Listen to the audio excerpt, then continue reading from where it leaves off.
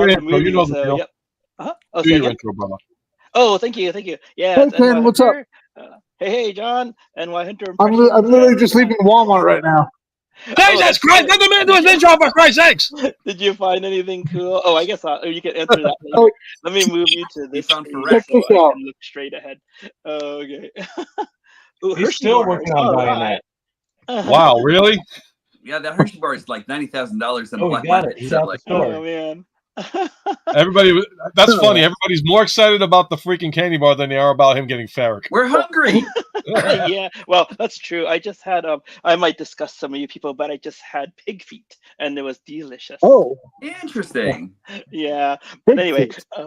yeah. So anyway, I'm NY Hunter Impressions, and other folks know me as Ken, and that's fine. And but yeah, you can find me here on YouTube. You can find me on Facebook, and you can find me hanging out with these this crew and of cool, awesome reviewers. And I know Ultra Megatronus warned me they're gonna talk about the movie, and I'm okay with that. I have not seen it yet. I'm gonna see it Friday, but Yeah. awesome. Yeah. We got Ken, freaking remember- Stein in the house.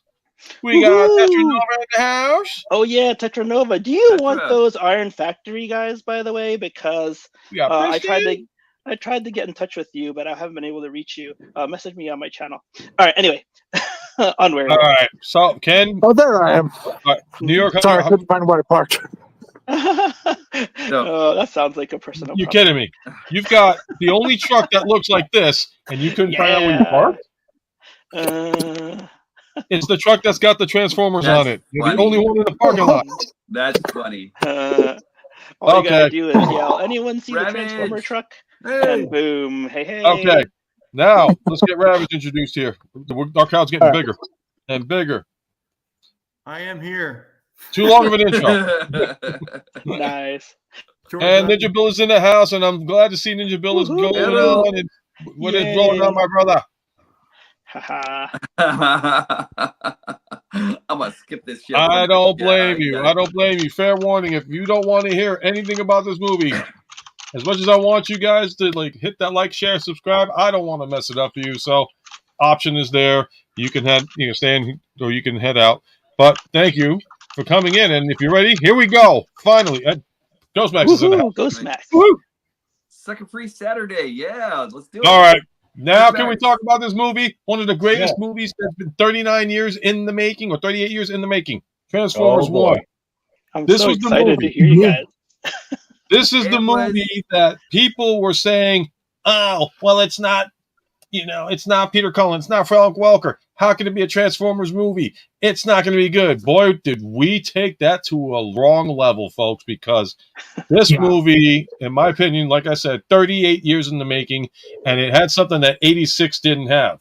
It had passionate acting as Transformer robots were in it, an actual story arc on the beginning of it all, and whether it leads into the 86 lore or not, I'm okay with it for the fact that kids today will experience what I think we experienced back in 84 and 86, which is an opportunity to grow up with characters that can be basically you could be attached to. So right now, remember 84 to 86, like the 86 movie actually had everything that was actually thrown into our Transformers lore up until then. So like they were actually out to go sell the newer toys and that sort of thing. So if you didn't know about Transformers back then, you were kind of screwed. So you're coming into it with the death of Optimus Prime and everything. Everything that actually went into Transformers 1 was from the bottom and up. So this is actually leading us kind of like maybe into their golden age or pseudo golden age, even though there was and we'll go into the shit that actually happened and everything in a bit, into what we're actually having now with maybe the new Great War. So it's nice. It was very well delivered. I loved it. awesome deal.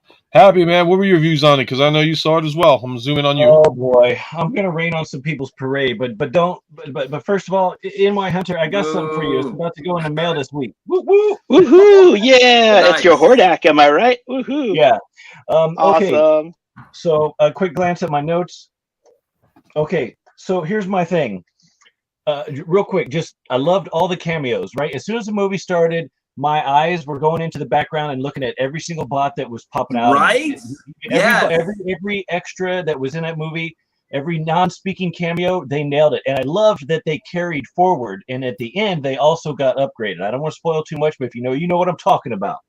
Yep. I loved seeing Wheeljack. I loved seeing I loved seeing who the designers or creators and writers, directors, whoever they chose to surround Prime or Pax and Megatron with, and in the mines.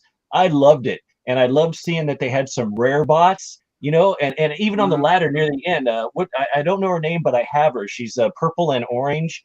She was one of the later released Combiner Wars figures. Right. She was hanging out on the ladder. What's that? Lancer, yeah. Thank you. Yes. Yeah. So and then my favorite part, of course, was during the race. So you got the they had the names of because there were so many Transformers in that race, and it was fantastic. You're gonna have to watch that scene over and over to spot them all. But even if you couldn't see them, they listed them by name, right? And so Motormaster was in second place near the end. And Dead End was in there. They had the Stunticons and Skyfire. Skyfire, yeah. Hold on. I gotta pop this up for a second. Primus is not Cybertron. I mean, we can bring it up for debate and discussion on that. Yeah, we we'll back to you. I'm sorry. Yeah, but that kind of stuff I loved. My favorite character at the end of the day was Optimus Prime, and I think that Hemsworth did a fantastic job. I kept waiting to hear him crack and bust an Australian, a little bit, but but especially near the end when he leveled up and he really matured his voice at the end when he's like, "I am Optimus Prime." I was like, "Damn, dude, you're killing it." Okay, so that stuff aside, here I have two things that I'm going to rain on some people's parades, and it kept me from I've got to say the movie was good.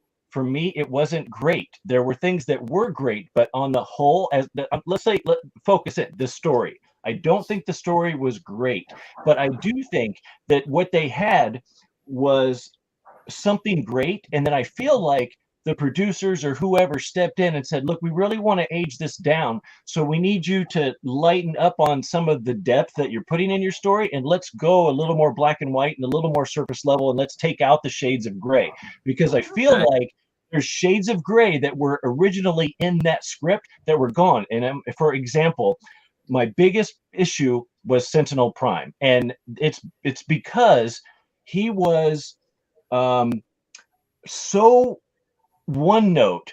The fact that he wanted basically the reason for him being a dick was because he wanted to be king and he wanted to rule. And that's it. It doesn't go any deeper than that. But I think that they should have made him a sympathetic character, where if they have the war with the Quintessons and Sentinel Prime is the ambassador to the Primes and they're wiping these guys out because there's nothing that's stopping the Quintessons are so badass they can mine the planet themselves. Why do they need to make a deal with Sentinel Prime? What's he got to offer, right? So make that true. Yes, I gotta put this up. I gotta agree with Anthony on this one. That I think Sentinel is what Starscream strived to be. Right, and I was actually kind of completely agree with that. I was actually kind of thinking that Sentinel and Starscream would have actually been in cahoots somehow or something during the movie. Yeah, so that's the thing. I think that but for me, I would have loved it if Sentinel was he was the Cybertron's last defense before the Quintessons were just going to completely take the planet and genocide everybody.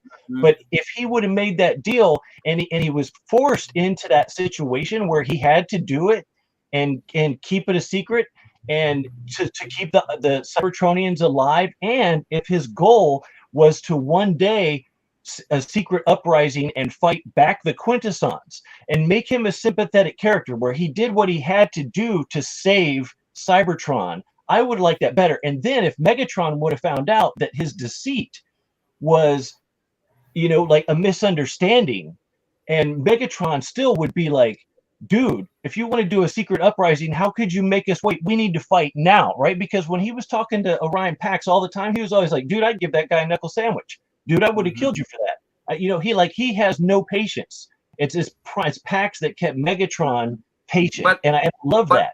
I just think add another layer of depth to Sentinel Prime, and I would have liked that. And then where it ended, where did and was But I like, "Hey, think that if you actually, no I think if you actually, more will I be deceived. Now I'm going to be the deceiver. We are the Decepticons." That was a little rushed. It's a nitpick, but other than that, that's pretty much my stance on the movie. I like it a lot. I think it's going in the direction for Transformers 2, where we'll get our war on Cybertron between Autobots and Decepticons, and I think Transformers 3 will be on Earth. And that's what I want. I think that when you're, I think we're actually thinking about that whole entire thing. It's kind of like, Seriously, we're not bringing politics into this freaking stream. Do not do that. Give me a break. I mean, Really? yeah, it's a political thing, but at the same time, no. So they basically, were Senator Palmer's a Democrat. That's why they blew him away. I think we'll actually strike that one. Now, I can see where, but I think you're actually going literally on what Sentinel should have actually been and everything. He should have actually been the protector of Cybertron, you know? And if you actually want like more of a story to why Megatron actually grew to be like this villain and everything like that, you know, like sometimes villainy is actually misdirected and everything like that, right? But like at times we actually grow into those parts and everything, and it was actually Sentinel that actually made Megatron actually grow into the character that he actually was. He was actually needed to elevate Megatron. So yes, yeah. So like I don't think that he was actually used like in a horrible way at all or anything like that. I think that the deceiver that he actually was pretty much Sentinel Prime's go-to for that whole entire for any single thing that he's actually been in, you know? Like yeah, I've always grown to hate Sentinel Prime after a while and everything like that. And that's actually always good. There's always a good reason for it, you know? This one, he kind of like translated and kind of like the game show host that actually just wanted more power and everything. And it was like, yes, and I feel like that for me was just a little one note, you know. It was just so I want to be king, you know, and he's all hey, yeah, you know? but then a little like think about how many people actually would sell out their whole entire people and everything like that in order to be king. You know what I mean? In order to be king, and that's exactly what it was. It was like He didn't sell his people to be king. He sold out his people so he wouldn't get his ass kicked by the freaking Quintessons. No. It's Exactly. well, it's so he doesn't get like who else is gonna like not get their ass kicked by. And like who else but better than a king, you know, someone who would actually get his serfs and vassals to work for him and everything like that and slave away at the mines and everything while he's actually kind of like sitting on top, you know what I mean? Yeah. So by the way, really quickly, I hate to interrupt, but zoom in on me real quick. Oh boy. Look at those mountains. Ooh, snow. That can't. Yeah, snow's starting to. Yeah, those mountains just. Oof. Love it, John. Anyway, sorry. So after watching the film, there are just as many questions as there were answers left up, and I know you're gonna hate me. I know you're gonna hate hearing the word. I know you're gonna hate me saying it, but I think all the unanswered questions will be answered in a sequel. Well, yeah, of course. I think they plan to do that. There's definitely be 3 parts. I don't know that they'll go back and answer too much. Hollywood doesn't have a habit of doing that these days. They just kind of move forwards. Yep. But thank you, Tetranova. Hey, what up, Frankenstein? Hey, Frankenstein brought up that bit about Starscream, Steve Buscemi as Starscream, so I wanted to talk about that too. I agree, it was great, but my favorite part, which they didn't embellish too much, and if you guys think that I'm wrong on this, let me know. But when Megatron strangled him and crushed his esophagus, his Starscream's voice changed, and you could even tell that at the end when they said like "All Hail Megatron" or whatever, Starscream's voice was even more Chris Latta. And so I love that. It's a small little character arc, a little thing to notice, because he was clearly Steve Buscemi when he was on the throne, but by the end he had more rasp, and it was probably still Steve Buscemi. But I love that they did that, and I was like, dude, this is great. You want to know something? I actually thought he sounded more like Starscream before he actually got his voice box crushed. Well, we'll have to agree to disagree. Yeah, that little iridescence. Yeah, that iridescence was actually there. Like it was cool that it was actually there, and like just explain exactly why he had that rasp. But at the same time, like when he was actually on that throne, he just exudes Starscream to me as soon as you actually hear him talk. Oh, yeah. Personality wise and characteristics, yeah. Right, But the voice right. was so Steve Buscemi that I couldn't help but see bug eyes on Starscream when he was talking. Go ahead, Benji. So if I can get you in, man. Hello. Yeah. So on that note, I actually loved that reveal that Starscream was leader of the Cybertronian Guard, and that he was basically The High like Guard, yeah. sub-commander to Shockwave, Soundwave, and the Seekers, because that explains his motivation for wanting to overthrow Megatron. He doesn't want power for the first time; he wants to get it back from Megatron. Yeah, and also nice.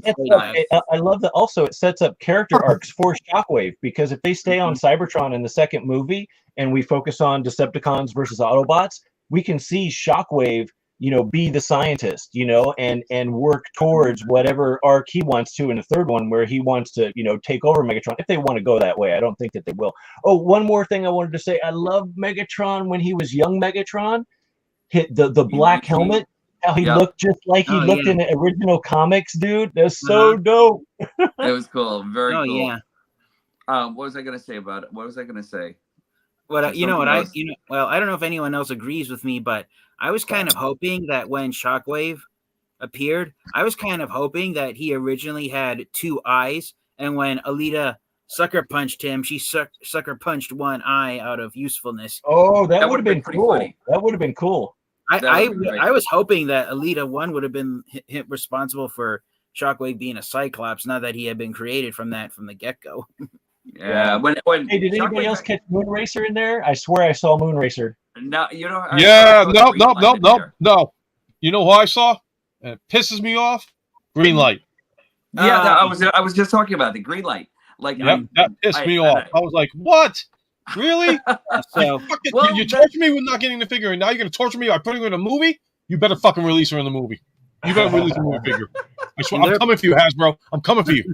Maybe if she actually combines with Orthea, then maybe she'll actually be like a lot better at everything. Like, give her some more connections. Let her combine. Let her combine. God damn it. No, I mean, I wouldn't want to see a combiner. I mean, would it be cool to have an Orthea in the movie? Maybe. I don't know. No, I'm talking about I'm talking about the Orthea that I still need to finish completing. Oh, okay. Yeah. Yeah, I completed her. Speaking of dude, Arachnid was so good. I'm a huge Arachnid fan, and she was the perfect. I bet you they were going back and forth in that office saying who should Sentinels, heavy be, and people were like, Black Arachnid. They're like, no, we don't want to bring any Beast War stuff, and they're like, dude, you're making Alpha Trion a lion. You can have a freaking, you can have Arachnid in here. She was great, man. She was awesome. Alpha Trion as a lion, I thought I was gonna hate, but then seeing it on screen, holy shit, pretty good. Yeah. No, they did a good job on those bots. Yeah. But I was waiting for Neo. For some reason, I was waiting for Neo. I looked in the credits. I'm sure you guys all watched the credits too to see the voice cast and try to look for Frank Welker, but I mean, I still put my money that when every time B says, I can't do the voice. I think you can, or Badassatron. It sounded exactly like Frank Welker, like doing that's his one cameo. No, actually, he did that, but I don't think. What's that? Believe it or not, that is Jordan Peele. Is it? Yep. Well, he was doing his best Frank Welker. I appreciated it. For me, every time he said it, I just thought Frank Welker, and I'm like, that's great. Anybody can. Oh wait, he got back. Okay. Yeah. But you know what? It feels so good saying it too. It's like that's a draw. It brings out the I'm no singer or anything else, but it just brings out that diaphragm. It's like that's a draw. Now I'm gonna overplay it. And the character design on B, his face, how they had the extra line and the kind of baby fat chin. I loved that. That was a total homage to his G1, look. I loved his face, that his battle mask was identical to his G1 action figure with the visor. There's a lot of G1 love in this, and they can't make enough stories in this movie. They can make every version of every bot in their young mode and their upgraded mode, their cog mode, and I was kind of hoping that they would. I was kind of hoping they would have done a little Easter egg nod to Transformers Animated when, spoiler alert for no one who's watched the film yet, but when Sentinel is in front of B and Megatron. I was kind of hoping he would Bumblebee when he taught Sentinel would have told him, so you're B and you like to bumble a lot. You're nothing but a bumblebee, like he did in anime. Oh well, okay, I could see that. Yeah, I could see that. Yeah. I was hoping that they would have done that in that scene where Sentinel Prime called him Bumble. You're nothing but a bumblebee, and that the name actually stuck around. And he was like, no. Oh, I am not Bumblebee. And he would have disliked his name at first. I was kind of hoping they would have done. And then later on, would have given him, once he gets the gold bug, that would have been like the whole. Finally, I'm over the stupid name. Oh. But you know what? That would have actually tied in on. Those are beautiful, by the way. Oh yeah, those are nicely done. Yeah. So that would have actually tied into Cartoon Network. Speaking of Key and Peele too. Anybody catch the inside joke? Yep. I didn't. I missed it. I caught it. Watch Key and Peele, TF Fan Geek? No, I don't. Okay, so you wouldn't have gotten the joke, but the rest of you guys caught the joke. If you know what I'm talking about, minus Ken. Yeah. Ken, movie. Ken didn't see it. No, I didn't see it yet. Yeah. Okay. Norb's caught it. That's okay. You can say it. I love the joke because I'm like build anything for you, NyHunter impressions. It was a good nod though, because I was like, because all I can say is if anybody like saw the movie and they're like, "What are you talking about?" If I'm right, guys, it's the scene when he brought out Steve and the other two, right? Yep. That's okay. That's all I gotta say. I still don't get the joke, but I can kind of see why that was done for comedy. You need to go back to the school teacher thing in Key and Peele, because like that's all I'm gonna tell you. Yeah, you can find it on YouTube. It's the substitute teacher with Keegan-Michael Key.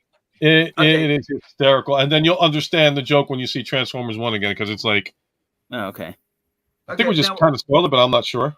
Was it just me, or did they actually make Hound a female character now? So no, I thought I saw a figure that looked like. So that's where I think it's actually Moonracer. That's not Moonracer. The head is actually too squared. No, I know because I got confused by both of them. Like in the beginning, like when they're running around the mines, I was like, "That's Hound. That's Hound." I kept looking for Hound, and then in the end, that person that I thought looked like Hound had a female voice, and I was like, "Wait a minute, did they make Hound a female?" I thought the same thing, but then I was like, no, that's got to be Moonracer. So we'll see. We need to see it again to have a conclusion on that. But I'm with you on the mix up there. There could be a mix up. Hound could be female. Gotta see it. Maybe it was meant to be the green RC. What?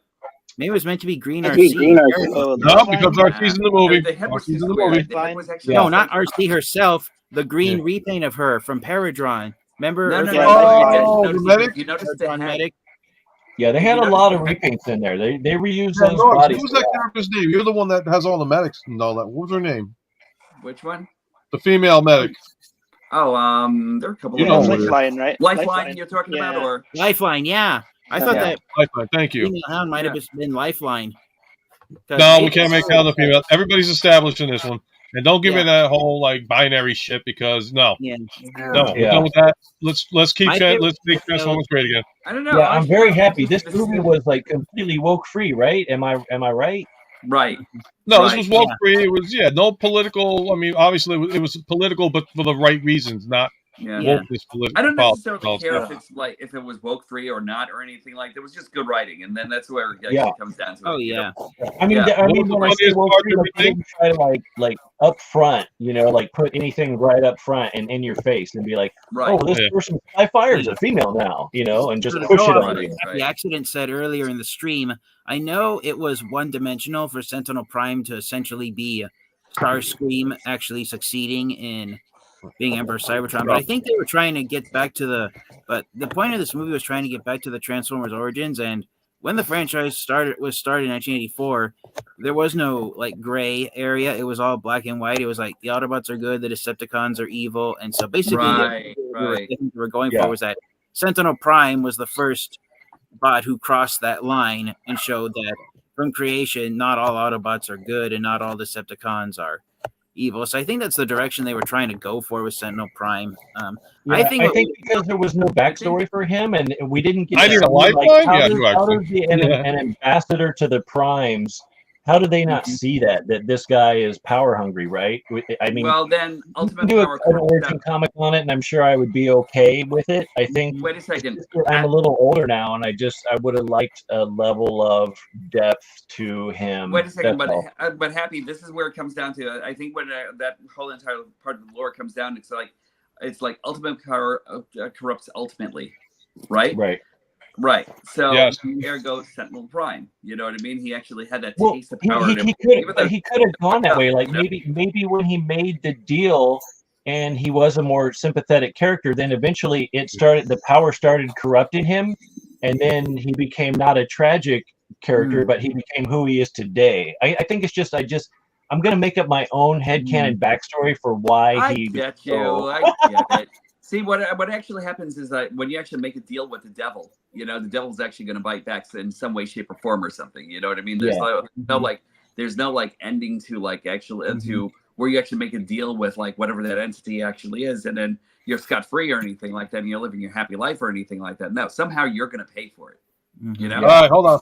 So here's a question for those that saw the movie. So Deceptibot says, so what was the funny part that you thought was in the movie? The funniest part? I'll go one at a time. We'll go one at a time.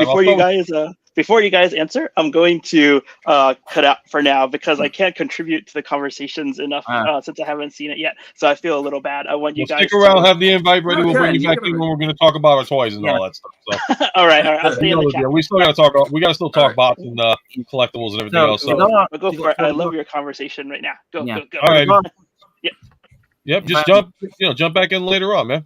Yeah, absolutely. Honestly, a lot of the jokes didn't land for me. Well, hold on. Let's go to TF first on that one. So TF, what do you think was the funny part of the movie?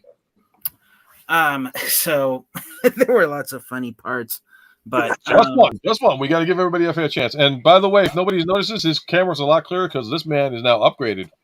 Yeah, I got a new laptop computer, and my old one crashed on me, so I'm gonna have to go back and rephotograph all my Transformers figures I haven't reviewed yet for the thumbnails for my YouTube channel. So that's a project in of itself. But anyways, the reason why I left the stream a while ago is I accidentally hit the power switch button that turned my internet router off. That's why I left the stream abruptly. But to answer the question here, what was the funniest part of the film? For me, I hope you guys don't think anything of me about this, but for me, the funniest part of the film was watching, and I know it wasn't done for comedy. It was partially done for comedy's sake, but it was also done for character development. The funniest part for me was the very first time Alita punched Orion Pax in the face and then called him out for disobeying orders. For some reason, I just found that super funny that she thought of Orion Pax as nothing but an annoying bot, but then throughout the film, it led to the character development of them liking each other. So I know that's not. I agree with that. Totally funny for comedy's sake, but that was one of my favorite moments. That got a chuckle out of me seeing Alita one sucker punch Orion for annoying her. All right, we're gonna get to Johnny now. Hey, so yeah, the funniest part that I thought was really funny was when Alita and B are walking and talking, and B's introducing himself. And then Alita's like, I'm gonna need you to talk less. And then he continues to talk. Yeah. And even more. Yeah, he's like, what do you want me to talk less about? Like, dude, just stop talking. Gonna give this one to Norb, though. That was a good point, though, man. That was fun. I have two. I'm just gonna say this one first off, though. Like when they actually taped B's mouth up and everything like that, and they were like, he wouldn't stop talking. What? Even in his sleep? You know, like it was perfectly delivered. I love it. Oh yeah. Cool deal. All right. Happy. There was a part that I remember laughing out loud in the theater, and I can't remember what it was, but Optination, when that B and Alita one scene, I do remember laughing a lot at that because he kept saying badassatron. Yeah. Going with it. I was like, dude. I think my favorite one it's a simple one. It's somebody's reverbing. I think somebody's reverb. I don't know what it is. Just anybody check your mic and all that stuff. Thanks. It's not me. No, I think we're good now. Okay. Yeah, we're good. No, so I think like my favorite one was just basically what the hell was that bot's name with the minefield? With what? When he was when they were doing the mining and all that stuff, and he was about to punch Optimus. Darkwing? Yeah. With Darkwing, he's just like ready to punch him in the Megatron. Boom. I got this. Boom. And I'm like, yeah, like that's not going to start a war between Optimus and Megatron. But it was all D-120s, D and what you call it? Orion. It's the simple things that you got to appreciate. It's not much extreme, but I just laughed on that. Oh, yeah. You know what else was funny? Like the part where Steve dies. Yep. Yes. I'm Yeah, just that a was big funny. fan of Steve now. I want a Masterpiece Steve in my collection. Yeah. One of my favorite moments was right in the beginning when Prime or Pax got that sticker for Megatron, you know, and he like gave him the sticker, you know. I thought it was actually pretty funny. Prime Megatronus. Yeah. And I love that they had that in there, and then they did that flashback where they're at the lockers, you know, and that's how they met. And he's like, "Oh, you know, he had a Megatronus sticker." He's like, "Dude, he's the best." I'm like, right? It's just it really was kind of like they were actually like just like nerds and everything, and then also totally. It's great. right? So they Yeah, Soundwave. Yep, I agree with Soundwave on that one. The Arachnid's laughing. Oh yeah. It was just like, oh yeah, that was funny too. Like when I somebody saw trying that, to concentrate to get a chuckle out of it. When I saw her laughter, I just thought she was actually some kind of like brainless drone or something at first, and then her character completely changed during the movie. So yeah. Another scene that I almost freaked out about was when Jazz was stuck into the rock and he tells Orion, "Just take your jetpack and get out of here." And Orion says, "Good idea." And Jazz goes, "What? You're actually going to do that?" It's like, yeah, that was. I'm like, no, you can't kill your boy Jazz, man. You need him for the prequels, man. You need him for the everything. On Jazz, I kind of really wish they actually found a voice that was actually kind of similar to Scatman's. Yeah. Well, maybe for the next movie. That's one thing I liked about it. Like they had all like the G1 characters in this, and there's one thing I really do appreciate is when they did Ironhide, when he finally got his cog, you notice that he almost looked like a live action Ironhide from Bumblebee movie. You think? Yeah. Oh, was there a frame when he like started to do frame that? of his chest frame? I was like, dude, they kept the freaking idea from freaking Bumblebee in him. That to me was a nice homage and a move on their part. I kind of thought that he looked more like almost like a Steve variant. You know what I mean? Like you know, complete with the helmet and everything like that. But like my favorite part of Ironhide's upgrade was when he got his mohawk. Yeah, that was the best. Yeah, I mean, there was so much stuff in the movie that they did so well. Good. I mean, like I said, some people will say that the story wasn't it was okay. Some people are going to nitpick at other things. You know, that's the one thing about this movie that I really love is the fact that we now have a fresh 21st century perspective of what the story can do. And the one thing a lot of people have not said is, oh, this movie sucks. It's woke. It's, agenda driven. Nobody has said it yet. Thankfully. It's good, and I can't wait to get out this day. And Nobody's also, gonna do it. I love seeing the cone heads. So, oh my Oh, the god! cone heads, I didn't how like they too much. designed the cone heads. Ramjet, they were all there. Yeah, boy. I didn't like it too much. So, one thing I noticed in the film, I don't know if you guys picked up on it, but it's going back to what Diecast Norbs said earlier about Sentinel Prime, selling his soul out to everyone. You guys, I don't know if you guys noticed, but even though Alpha Trion was the only Prime who was still alive, before the Autobots got to the cave, Sentinel Prime said that he took one of the Prime's transformation cogs for himself. And did you guys catch the name of which one it was? Yes. Wasn't that Megatronus's? Exactly. It was. Right. And then, did you notice at the end of the film which transformation cog D16 took when he upgraded into Megatron? Yeah, absolutely. Oh, absolutely. Oh yeah, He had to take Megatronus's. yeah. It wouldn't be the same without it. So that's what I think. I think Megatronus Prime is still out there. I think he's the one who was. Remember when you guys Sentinel managed to broker a deal with the Renaissance? I think Yeah, he was Megatronus laying was there the dead one. in the pile with all of them. I think Megatronus was the one who actually brokered the deal with the Quintessons, and Sentinel Prime was the scapegoat. I think Megatronus threatened to bring back Unicron for the Quintesson's destruction. I think they could somehow work that into a sequel. Yeah, that'd be cool. That would be interesting if they did do more of the 13 Primes in the second movie, because that would be a nice little build-up, and I think that would fill in the gap for a second movie idea plot. So, Because that's there. what I would do with that idea. The fact of like, okay, we already established where, and everybody was like, I will say, Patriot was right, Norbs, when he said the movie went dark within a matter of like, bang. I'm like, wow, that is dark. Yeah, and some things that happen. I was just like, some of you know, I took Jessica to go see it today. She actually noticed something that I want to rewatch it and actually see. And I was really proud of her for noticing that. I was like, wow, that's really cool. So when Orion Pax is when they get back to Icon and he's talking to all the workers and saying we can rise up if we're all together, and how they're complaining, oh well, we don't have cogs, and well, what makes a transformer? Guess what she said? She literally said that she could hear Chris Hemsworth's voice and Peter Cullen's voice blending, even though Peter Cullen technically wasn't in it. She heard that. Oh yeah. Yeah.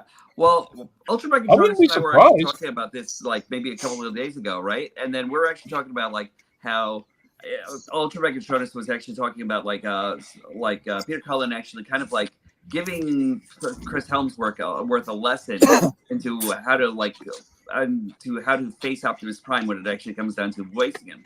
You know? Yeah. So like, actually, you guys didn't see that in the beginning of the movie when the three of them came out and they started talking about the movie, and they were talking about the because I know they mentioned it. I wanted to say like it was on YouTube, but yeah, Hemsworth said that he got mentored a little bit by Peter Cullen, and I'm glad he took the mentorship seriously because he did a good job. I mean, we still got to get used to him at Optimus Prime, but he did a good job. He kept to the essence of what Cullen was taught to do this character. Well, yeah, I'm hoping one of the lessons. I'm actually hoping one of the lessons was that he should actually be gentle enough to be a hero. You know, like you don't have to like be like that. You know, that's one of the stories that Peter Cullen tells all the time and everything like that about being a true leader and everything. What his brother actually implemented in him and everything before he actually went to go read for Optimus Prime in the first place. Greatest lesson ever. Yeah. Yeah, that was actually kind of like, what? You know what was actually great about this? Boom. It's like everybody just up and down. I gotta peace out, guys. It's been fun. I think I said what I wanted to say. Don't let me get you down. I love the movie. Like I said, I can't wait to see where it grows from. And I think that the people working on it really understood. We're fans, versus some of the, they killed it. It's good. Yeah. And I think many movies, when they go to sequels and stuff, they do mature, and that's what I'm looking forward to is the maturity in the story as the characters grow. And I hope that they carry a lot of the stuff forward. I think it's got a lot of potential. I think the big question is it going to be called Transformers 2? I think they're calling it Transformers 2 and then Transformers 3. But they'll probably do. I have to smart. They'll do Roman numerals. Happy, before you actually go. Yeah. Okay. That when he transforms into Optimus Prime, when he's actually led down into the well of sparks and everything like that, and he actually sees right. So that actually gave me Beast Wars vibes when Optimus Primal is actually kind of like is going into the what's that thing called again? Give me a second. It wasn't the Matrix. It wasn't Vector Sigma. The Allspark. No. I'm talking about when Optimus Primal was actually going into the well of all sparks. No. There was like another word that was. I wanted to say well of souls, but. Yeah, but anyway, he goes in, and he actually goes through like all the other primes and everything like that, and then like finds out that he was actually chosen, and the Matrix actually appears before him and everything. He becomes Optimus Prime, but that whole entire thing where he's actually falling into the Allspark and everything like that kind of like makes me feel as though that was actually taken a lot from like the Beast Wars incarnation of Optimus Primal's transformation into his upgraded forms and everything, So like I thought that was actually kind of cool. Yeah, I thought it was interesting. I was cool. It was surprised that there was a third evolution for him and Megatron in it, and the maturity in both of their voices, was fantastic. And I got strong like Beast Machines vibes when they were up on the surface, when they were like running around and I was like, it's Beast Machines. That's exactly what I was actually. It wasn't Beast Wars, it was Beast Machines, but you're right. Yeah. One of my favorite scenes was when Optimus Prime tells Megatron, "We could have worked together, but you are banished from Iacon. Yeah. Now go." And the look, but what got me on that scene was the look Megatron gives Optimus Prime after that. It's like this look of disbelief, like, you're actually going to let me live? And then right when he starts to walk away, he's got this like look in his eye, and I praise the animators for doing it that way. It's almost like Megatron is thinking, you're going to regret letting me live if one day. Right. Yeah. Mm-hmm. Agreed. I love when he went rage mode and once his eyes turned red and there's an awesome scene when he was holding on to Prime. I don't want to spoil that, but when he was fighting and he had the red glow coming off of his eyes when he was that was perfect. Oh, by the way, it wasn't the Allspark, it was the Oracle I was actually thinking about. And that's the Oracle from Beast Machines. Yeah. Power source from Beast Machines, yeah. Yeah, that scene was glorious. I was just taking that in with the I kind of have my own. This is fantastic. I got into a discussion years ago about the Oracle from Beast Machines, and I have my own fan theory that the Oracle was actually Unicron, and that he tricked them into combining carbon and titanium life for Cybertron, so that he could one day, finally conquer Cybertron while it wasn't entirely metal. No. I think it was actually just like the Oracle's way of naturally evolutionizing them into like what the planet was actually eventually going to become, which is biomechanical life.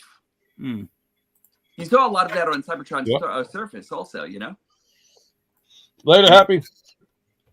Take care. Later, Happy. Yep. Oh, Ken. Oh, that's right. Ken, it's safe. You can come back. Ravage, if you're still there, come on in. But the movie itself, I thought, was a great start to the 21st century Transformers. And I think they're going to do good with I think the second movie is actually going to be really good. Yeah. Oh, yeah. And I will say this. Yeah. I'm sorry to interrupt you, Ultra Megatron. Please continue. No, go ahead. I will say this. For being the first all CGI animated Transformers film, it was a top-notch story. Even if it was just a reimagining or a retelling of the G1 story that's already been told in the comics and in the cartoon. I felt it was an original enough interpretation that it was worth watching, and I know I am going to want to watch it again and again just to see how Orion and D16 become Optimus Prime and Megatron. That in of itself is... Oh, yeah, I completely agree with that. I mean, we had to see an animated film, and the producers of this movie did not let me down with my expectations in Optimus Prime and Megatron's origin story. Yeah. I will actually have to say that CG is definitely the way to go in this one, Mm-hmm. Yeah. No more live. And, the one thing that made the movie even good, no humans. Right. And I have something to add. Anyone here ever seen Transformers Prime? I have. When they go into the cave with all the primes, did you hear the subtle Transformers Prime theme song? Yeah. The background music. Yeah, I did. Yes. Yep. I thought I couldn't recognize it first. I was like, that sounds familiar. Yep. Thank you for getting that. Now I don't have that earworm in my freaking head. Because I wasn't thinking about that. I literally was like, yes, that is awesome. I don't know if it was just me, but I thought I could have sworn that when Optimus Prime was leading the Autobots, I could have sworn the background music was like the G1 theme, just done in like a different tone. Huh. I gotta rewatch it. I mean, unless somebody else caught that too. Yeah. But yeah. But Transformers Prime the figures for Studio Series coming up though. for the new Transformers 1. Yeah. So I don't know. So we haven't touched on this topic yet, but my favorite. Hold on. You didn't answer my question though. Oh, did you see the new figures though for Megatron and Sentinel Prime for the Studio Series version? I did not. Oh yeah. You did not? I didn't either. Look it up. TF, I know you already seen it. Yeah. They're There's available for pre-order on Amazon already. Yeah. Even Hasbro Pulse has got the pre-order. Yeah. Hasbro Pulse has got it on pre-sale. Yes. When is everything set up for? And now that I've seen the film, I am definitely hyped for the Studio Series Sentinel Prime figure. Yes. Even I have to say that looks freaking amazing. Oh yeah. When you see it, like when you get a chance to see it, John, you'll be like, oh, I gotta pick this guy up. Mm-hmm. It's like anybody. And I will say that I've been looking for him though. Megatron for the Studio Series. I want to get him. Oh yeah. I will say this, and it won't spoil the film. The Studio Series Voyager class Sentinel Prime figure, it puts the deluxe class Transformers 1 Sentinel Prime figure to shame. Yes. Yes, it does. I mean, like this Sentinel Prime in the movie, I'm sorry, in a way, he reminded me of what Starscream was in G1.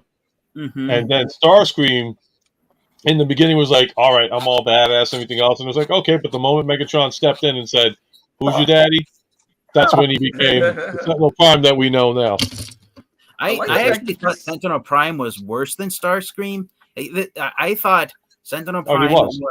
I thought he was a mashup, not just of G1 Starscream, but also of both his Dark of the Moon and Transformers animated incarnations. It's almost like animated Sentinel Prime, but without the arrogance and the how could I say, without the restriction of knowing that it's wrong to do what he did. That is what made him sinister, I think.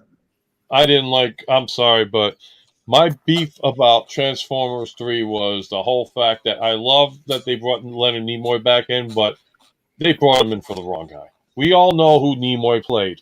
Why they did this? Mm-hmm. You know, it took me a while to buy that figure after he actually. I still don't have him. What? I still don't have Galvatron, that figure for the live action. Nope, I refuse. Wow. So like, I actually have the Sentinel Prime that he actually played when he was actually in which Transformers was it? Was it Transformers 3 or was it Transformers? Yeah, it was Transformers 3, Dark of the Moon. Was it? Yep. Okay.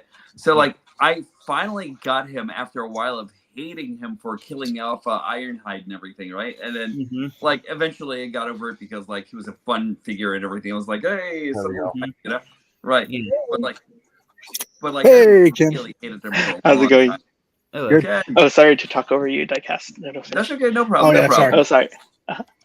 Yeah, so that's all I want to say. And I actually saw Sentinel Prime for Studio Series and Battle Mask. Nice. Yes, I got it. I bought it. Did you? Because I was hoping to get a Voyager class, and I remember Dennis. I think he said that he thinks that one was coming out, and he was right. So he looks really good. Yeah. Mm-hmm. I'm still trying to figure out how to transform this sucker. Which one are you transforming? TF1. Oh, okay. The only nitpick. There's so many of them, right? Oh, go ahead. No, never mind. I was gonna. I didn't want to spoil the film for you. No, don't worry. I was telling Ultra Megatronus that I don't really mind you guys talking about it. In fact, I wanted to contribute, but then I realized, I can't really contribute anything right now. So I said, let me step away. So, yeah. I was just gonna say this. I think it was a missed opportunity calling Alita 1 by her name from the get-go. Yeah, I wish they would have started off with her name being Ariel, but I guess they couldn't get a trademark on Ariel since one could argue it's a human name. Well, actually, I get that. Robot name, like I could actually say like calling her like Ariel, but like maybe done in like a series of numbers and letters or something like that, and then all of a sudden, Ariel. Right? Yeah. Hey, Ariel. Oh, already popping off on me? Come on. Parts popping. Wait, what are we transforming? I'm trying to transform Optimus. Studio Series Optimus. And already popped okay. Nice. So, yeah. Yep, already started the popping crap. Huh. But yeah. I will say this. This is the last thing I will say about the film. I'm sorry to interrupt you, Octonation. when it came time for the final SmackDown, it went above and beyond what I thought it was going to do. Like, that was a total brawl between yeah. It was the pretty two good, yeah. all-time favorite Transformers characters, and I was like, okay, this fight puts all the past fights that those two characters have had with each other out of the running for best fight. That, in my opinion, was the best showdown between those two I have ever seen. Even better than the G1 '86 film, better than any fight they had in Prime. Wow, that's saying You want something. to know something? They actually cut a lot of stuff out for the '86 film and everything. Like the '86 film, there was supposed to be this kung fu sequence that was actually supposed to be amazing on screen and everything, but they never put it. I heard about that one. Yeah. Well, most infamously, one of the things that was cut from the '86 film was Dirge's dialogue. Because in the end credits of the film, he's credited for having a speaking role, but if you actually watch the movie, Dirge never actually says anything. That's right. That's right. Yeah. Yeah, the only scene with the only major screen time Dirge has is when Galvatron arrives on Cybertron and Dirge goes, gasp, but it's a one. Rubble had more vocals than anything else, so I was like, okay, we're good. I was actually kind of happy about that because like Rubble's my dude. Interesting. I can't transform this guy with a squat without the directions. I'm gonna have to look at the directions now. But yeah, one more thing. All I'm gonna say is it was a successful date today. Jessica had so much fun, and I'm super happy. Good for you. Good for you. Good. Yeah, that's actually great. I'm glad you guys had a good time, man. You know, like She loved the film. Like she's probably raving about it right now. Wait. So really quickly, I asked her last night, what are your expectations of the film? And she said, I don't really have any expectations because I'm not as huge Transformers fan as you are, John, but I'm just going to see a good film. Oh boy, were her expectations like blown away. Good. Very good. Yeah. So, are you guys actually heading out to another date or anything like that? Like, are you? Yes, we're actually going to FanX next week. Oh, good. Nice. Oh, cool. Have fun, man. Nice. Yeah. For those of you who don't know, FanX is basically Salt Lake's Comic-Con. Very cool. Anyway. Are you going to be? New York, Are you going to have a stand there, or are you just going to enjoy? I want to, but we're going to do that for next year because FanX is so expensive. It's at least $2,000 for a table. Oh wow! Oh my gosh! That's a lot. Yeah. Hey, but I'll still be rocking my Bumblebee costume. Cool. Nice. So anyway, to be honest, if I were to dress up as a Transformer just because I have the physique for him, I would go with Dark of the Moon Leadfoot for myself. Oh, cool. Very nice. That's actually a very cool costume. I like that. I like. I can see it. I can see you like if we were doing live action. I'd say go with because I'm a big fan of John Goodman. I would have gone with Hound, live action Hound. Oh yeah, Extinction Hound. Oh, that's true. Yeah. No, I really like the thought of Leadfoot altogether. You know, like I think that would actually be a great costume to put together. Oh yeah. Oh man. Oh yeah, definitely for sure. There's this one that was actually on TFW 2005 that put together this Elita 1 costume. How are you, Chauncey? Long time no see. So, Chauncey, how you doing? Let me see. Talking about Transformers 1. All right. Anybody get some new stuff as of late? I did. Nice. Good. Now we're going off topic of the movie because we got to get Ken happy again. We gotta go to New York Hunter. We can't talk about the movie anymore. No, it's all right. Yeah. You can have blurbs here and there. It's fine. Yeah. I can't wait to see it though. Yeah, because of time, I just can't see it till. Yeah. No, I understand. Yeah. This is such a weird transformation. So, I already told you guys how eBay screwed me over, and I probably missed my best chance at getting the Star Raider figures. So I looked around Amazon to see if there are any other Transformers figures from the Legacy line that I didn't have in my collection, and I noticed one that I didn't have, and so I checked around to see if I had enough money to buy it. I did, and it arrived yesterday. So, gentlemen, my Legacy collection is one step closer to completion because I have added to my Transformers collection Metroplex. Oh, nice. Yeah, Nice. that's good. Nice. Yeah, I really like that one too. Hopefully you didn't have to spend too much. I saw him on a great deal on Amazon in the past. And then so. I've been hiding him, and then I've been hiding him behind my head. This one isn't as exciting at Metroplex, but I figured why not get it? There you go. Sorry, he's over there. What are we looking at? Galvatron. Wait, really? I got him just the other day, dude. I So I the love reason- him. I freaking love him. So the so reason much. why I got this guy, guess how much I paid for Galvatron off of Amazon? $28. That's the same thing I paid. Yes. Nice, nice. We didn't even give him a chance to say, be like, yeah, it's what? Yeah, I got him 20.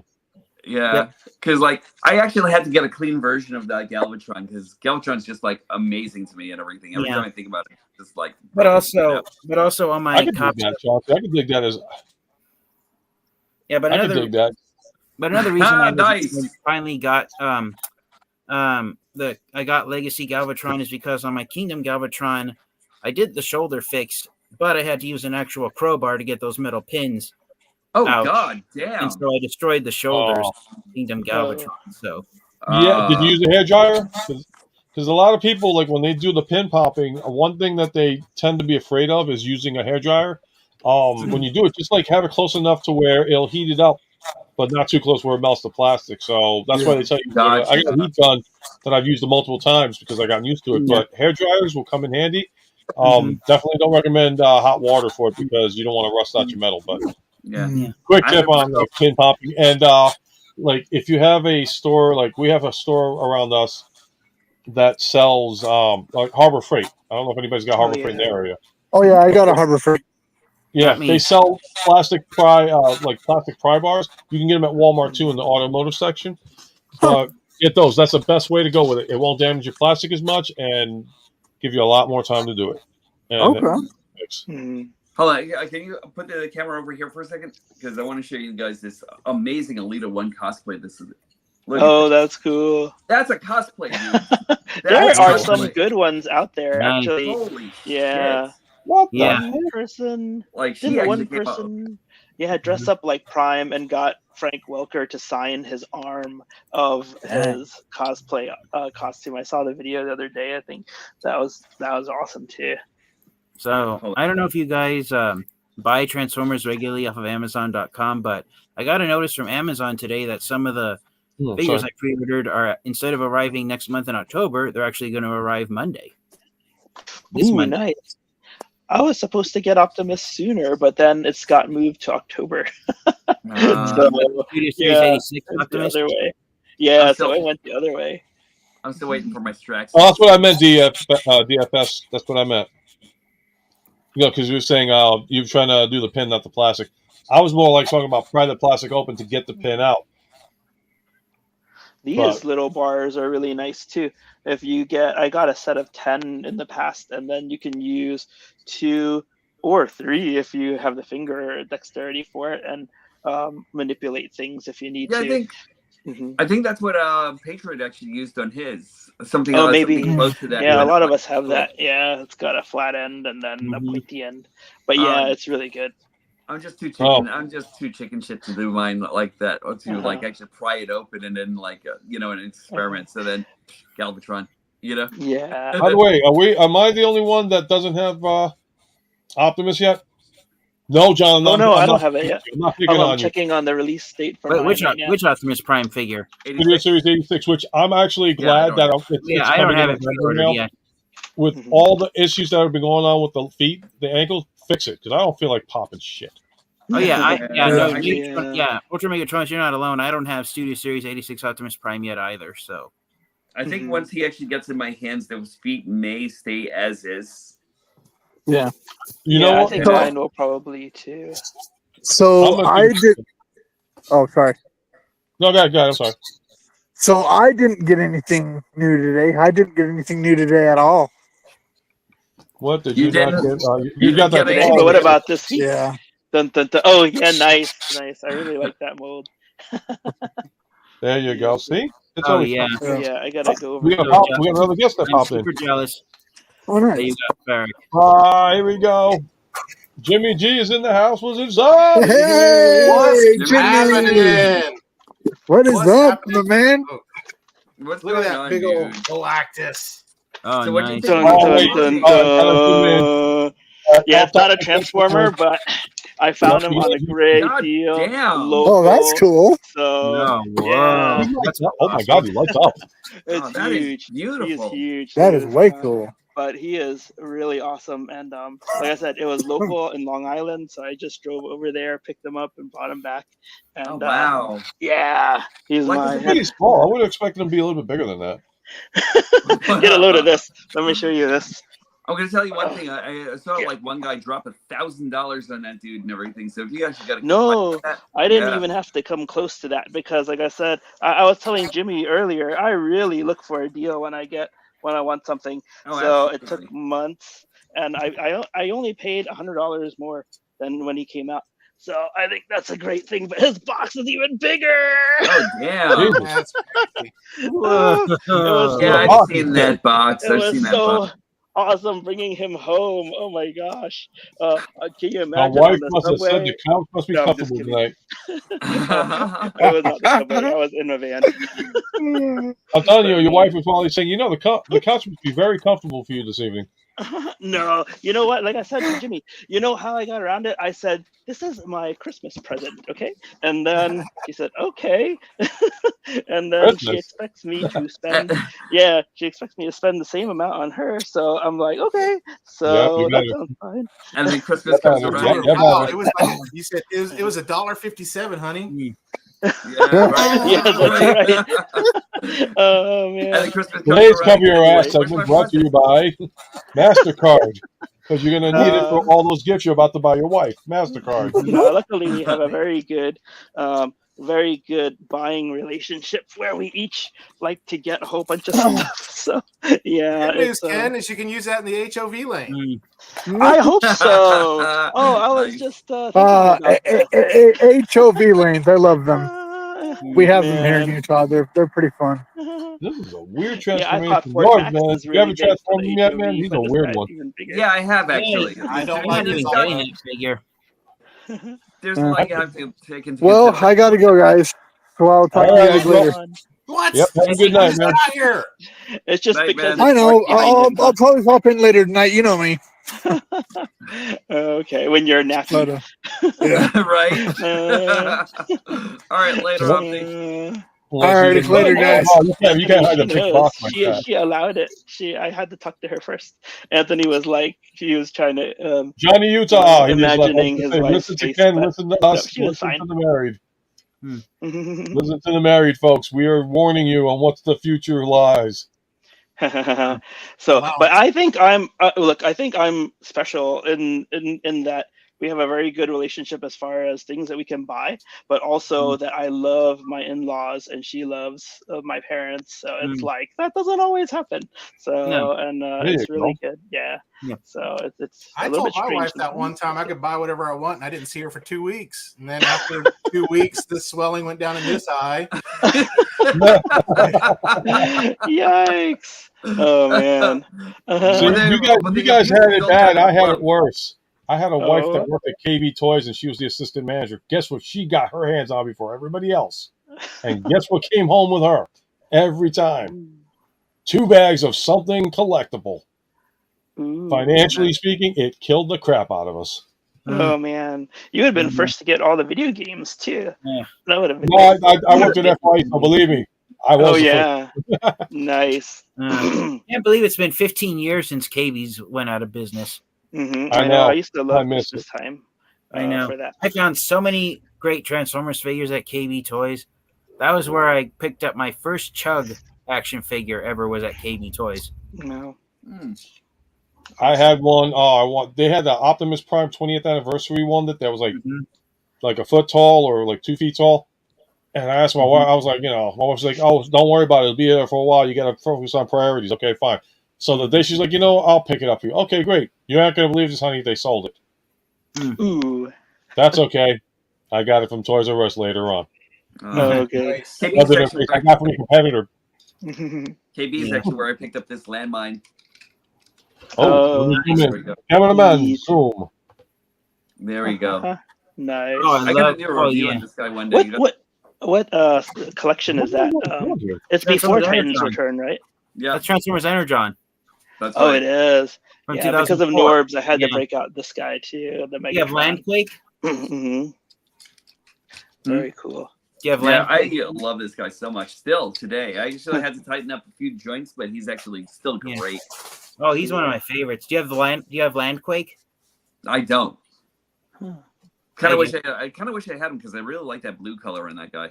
Oh yeah, I have Landquake, and he's pretty great. He's tight. Cool. I'm still messing with this thing. Oh my god. I gotta show this thanks to Norbs. I went upstairs there we go. and got him out of the closet. There we are. Jimmy G. All right. Oh, wait, yeah, let's see. Hold on. I got. Wait, who am I going to first? You go to Ken. It's all right. Oh no! Oh yeah, I was just really flashing something everybody already has seen anyway. Guys. That thing looks great. Yeah, and mine just like Norbs, I think he showed last time the missile works. So yeah, very cool. Yeah. Yep. I didn't get. I think I lost my missile, so you can actually show that. Oh, really? Yeah. Oh, let's see. Talk What to should we anybody with blast? 3D printer. Sideswipe? Talk to anybody with 3D printer. They might be able to reprint you one. Yeah. No, All right, I'm gonna shoot myself. Okay, ready? No, don't don't do it. Ken's like, my eye. out. You're gonna shoot your eye out. You're playing with his gun. Oh! Sorry, that's what happened to him. Oh no, this always happens. After I shoot myself with something, I lose the bullet on the floor. That didn't sound right. Yeah. Yeah. I'll have to think about that. Jimmy G, save us from the craziness that is poking your eyes Of out. course, this guy came. Oh, damn it. I'm Oh, still waiting for my guy. Oh yeah. Yeah. Jimmy, you just made me jealous because I'm still waiting for my guy. Damn it. Oh, there we go. Oh yeah, you got the king size one. Yeah, Nice. Masterpiece Heavy Gunner go along with my little guy. Let's see here. Boom. Yeah, I want to see you review that. That's gonna be Valkyrie. awesome. There's the Nice. inside. Yeah. Nice. You know if they're gonna come out with a cyclone? That's what I want. And then Yeah, cyclones are of great. course, when Darth Ravage was here, we had a blast, and we went to one of my favorite toy stores, and we found That's so Machine awesome. Robo. Oh, very cool. Nice. And then of course, Ken Figure Arts figures, Spider Punk, Oh yeah, very nice. regular Denji, Cool. and Nice. Tanjiro. Yay! Oh yeah. Nice. Hey, Those are just a few things.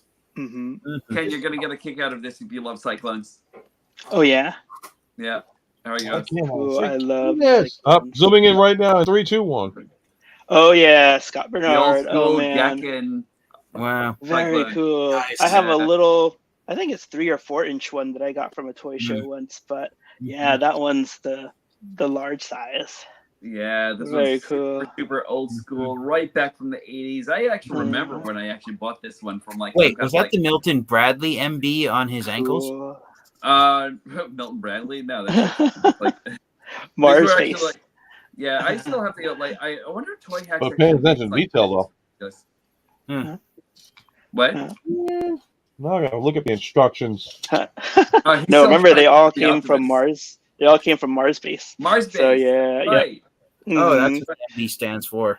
Yeah. Yeah. Oh man, I still have all the DVDs. I gotta get them digitized somehow, but I don't know. And this one is this one's the one with the die-cast metal motor. Nice. Yeah. Did it come off? There were some that came off and transformed into something else, or does it stay in the back? Oh no! You can actually you can totally transform this guy. I'm gonna have to. Oh, no, I wanna that's do a right, review on yeah. this. Yeah, I Uh-huh. want to do a review on this guy one day. Yeah, But, like, cool. Yeah. No, because remember they were controlled by protoculture, and then there was one model that you could pull out, like part of the engine, I think, in the back. And Oh wait, then- you're talking about the Alpha Fighter and the Beta Fighter. Well, that's different though. Yeah, but I don't know if they had pull out items either. But yeah, you could. They was supposed to be the protoculture engine or whatever they called it at the past. But yeah, I wasn't sure if the Cyclone had that as well. No, I think that this is actually is okay. So like when just the Oh, like yeah. 360. Yep. Have like Cool. where the seat and like the end of the bike will actually be and everything like that. The Yeah. engine is actually right on the inside over here and everything. I could, but These are actual die-cast parts. I could, but I could watch Norbs do it too, and he does it in detail. Like I know EMGO does it in detail, but Norbs does it in colorful detail. Colorful detail. Colorful, amazing personality. Psychedelic detail. Mm-hmm. It's like if you were allowed to smoke a joint and watch his videos, you would enjoy his videos a whole lot. For Norbs is MGO on weed. I mean, I enjoy him, but if you do the doobie, you're going to be like a next level enjoyment. Yeah, I'm actually very weed friendly. So bring your weed. There you go. Oh man, you got to bend the knees like this to man. Seriously? That sounds like trouble. Bend the knee. Yeah. Yeah, no, it's telling me, okay, bend the knee, and then you can just do this. But it's not let me bend the knee like the way I'm supposed to. I don't know what's going on here. Bend the knee. Yeah, like, bend it in the right. Oh, that's what you got to do. You got to tilt this up, and then you got to tilt this down, and you got to tilt this way, and then you got to do this, and that concludes one of the parts that I still can't get right. I did pick up. Yeah, never mind. I think I got it. Hold on. I think I could do this right without the instructions, even though I just used them. I did pick up the fun little Hot Wheels Transformer skateboards. So, what do you think about those? They look sealed still. They were at Target, and all of them were at Target. So they, so they're Starscream. We've got Optimus. I want to see if I can fit my core class into those shoes and make them like kind of, do a little skate or die or something. I'm sorry. Let me zoom in on you. I just put the thing down. Little half pipe, Optimus Prime shredding it. So, hey David, what's going on, man? You can try some of the Micro Masters too. Some of those. Cool. I still can't find Optimus Prime though. He's still not in my area. I see a lot of people finding him. I haven't seen him yet. The studio? Oh, the Hot Wheels. Yeah. Oh, the Hot Wheels. The Hot Wheels. It's one of those things where as hunters, these guys, the scalpers, even get up earlier just to wait in line before they actually do. You're right. I saw this. You can ask Ninja Bill. I guess he saw like the Target worker like filling a cart and has his girlfriend come and just buy it all. Yep. And I hate that. That's a shady move, but at the same time, I got to give credit. That's a smart move. Yeah. Just because it's like, now I can sell it on eBay. Good luck with that, buddy. I won't be buying it off you. You just gotta know some people. Yeah, I've made friends with about 3 or 4 GameStop managers. So they hold stuff back. They go, I think you might like this. I'm like, nah, go ahead and put it out. Or okay, yeah, cool. I can never get that lucky. Nice. Yeah, no, I've got some people at the GameStop myself that I got to know a little bit better, and they're like, yeah, some people come in. Then I'm feel bad though because I'm waiting on. That's what I was going to ask you, Jimmy. Did you get it? Get what? The Batmobile. Yeah. Yes. Oh, you did finally get it in? Yeah, it came in. Okay, good because I didn't hear anything about it. I'm like, oh man, last time I remembered you had said that it was in Knoxville, but it was on hold or something like that, and then haven't heard anything about it since. I don't know where I put it. It's somewhere. I haven't opened it yet, but. And then yesterday when we were out with Darth, when I was out with Mike, I found, of course, the Kilmer Batman. So I got Kilmer Batman, the Riddler, and then so I just need Two-Face and Robin. And I think there's a Two-Face.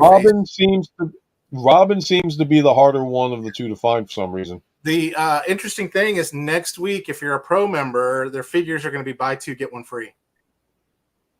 There you go. So any of their action figures. So that's the time to kind of look around for them. But hopefully you'll be able to find that Two-Face and Robin. Like I said, Two-Face was easy access, and I think Robin's going to be the tougher one because they already released the first Robin from Batman and Robin. But this is the one that he came out with his very first suit the very first time. No, I'm sorry. I take that back. The new upgraded suit for the first time.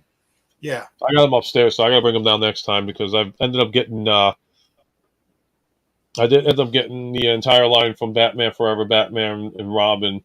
I had to suck that up and get the Christian Bale and what's her face?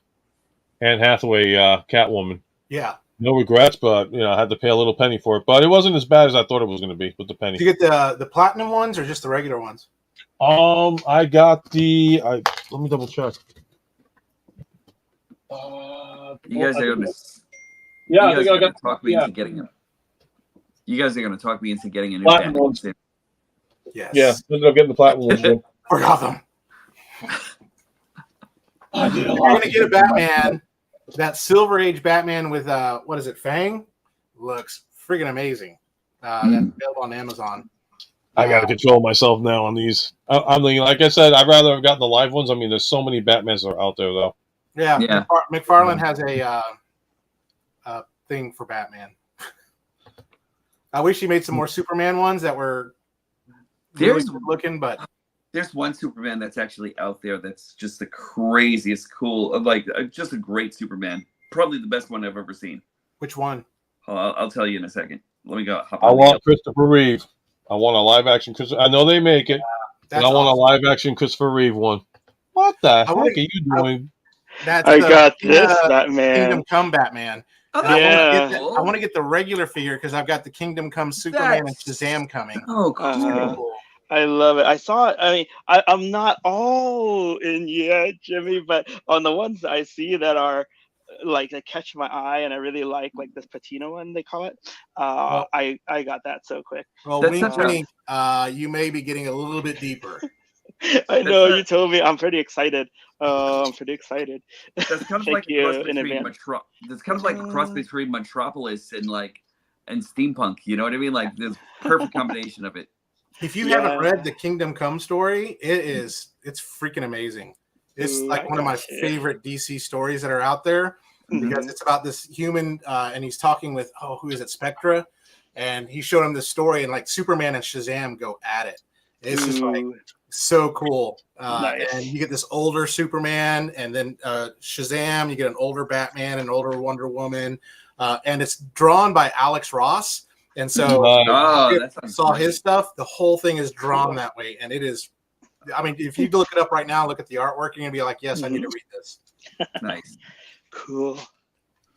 Finally freaking did this thing. Yay. I want to say it's this Superman. It's like there's a McFarlane Superman that's actually out there that's like about $89 on Amazon or something. But tell me this guy's imperfect. All right, let me zoom in. Hold on. Oh, yeah, that's a good one. That's a good one. I haven't been able to find him yet. Yeah, right on Amazon for $89. Yeah. That's expensive. I think he's still in the wild. Is he? Yeah. Okay, I'm going to go look for him because like this guy is just great. Like everything that just look at that heroic proportions. There's the collector's edition one that's out. That's the '90s Superman with the kind of like the mullet like looking hair, but it also comes with the crypto, which looks cool. Oh, that is kind of cool. Crypto. Plus, flight stand. You know, like you can't beat that. You know? Yeah, that's what I and if you want a really good one, the collector's edition, Connor Kent is really cool. Okay. So it has him in his black, shirt with the S and then the blue jeans. And it comes with an alternate head. It comes with this like rock effect thing. I have it somewhere. I saw him in the wild too. I had this. I couldn't. Yeah, but it looked good. It looks really good. It looks phenomenal. I know one of you guys actually have this. I got that one. I know you do. I know you do. You made me jealous by pulling it out. Look at that guy. Hold on. Yeah, you were telling me about that yesterday. Yep. I got the Mattel one, so I was thinking about getting him, but then I'm like, do I really want to go and buy another Batmobile and another Batman? And I mean, I've got Batman, Robin, the Mattel version with the Batmobile, and I got the 2 out of the 3 Catwoman. Still waiting on Lee Merriweather, though. Look at that face. I mean, it looks good. It looks great. Looks real. Yep. That looks like he's like actual reality Adam West. You know, like You mean this face right here? This one? Hold on. Let's see what you got there. Hold on. This face? Yeah, that's the face. That's the face. Thanks, Jimmy. These already. This was the Superman Batman one. Oh, I just saw that one today. If you see the Platinum Edition, that's the one I'm looking for because it has like the green kryptonite legs, which looks. Okay. Wait a second. Wait, Jimmy, don't put that away yet. Let's see that again. And I'm going to ask you a quick question. So Batman has no superpowers, right? Correct. Superman's the only powered guy. So how do they Super Saiyan each other together to become this guy? They use a Yu-Gi-Oh fusion card. You can find it at your local Digimon stores. There's Hugo Strange as Batman. Right. And then my GameStop had this finally, the platinum edition of the Detective. Oh, that's cool. Batman. Wow. Nice. Yeah, that's the one that doesn't have the purple hands, right? He doesn't have the jazz purple hands. No, he has the blue No hands. jazz hands. Okay, that's cool. That's the one I prefer. Oh, wait better. a minute. Really? Oh man, I gotta get back to Walmart. What's up?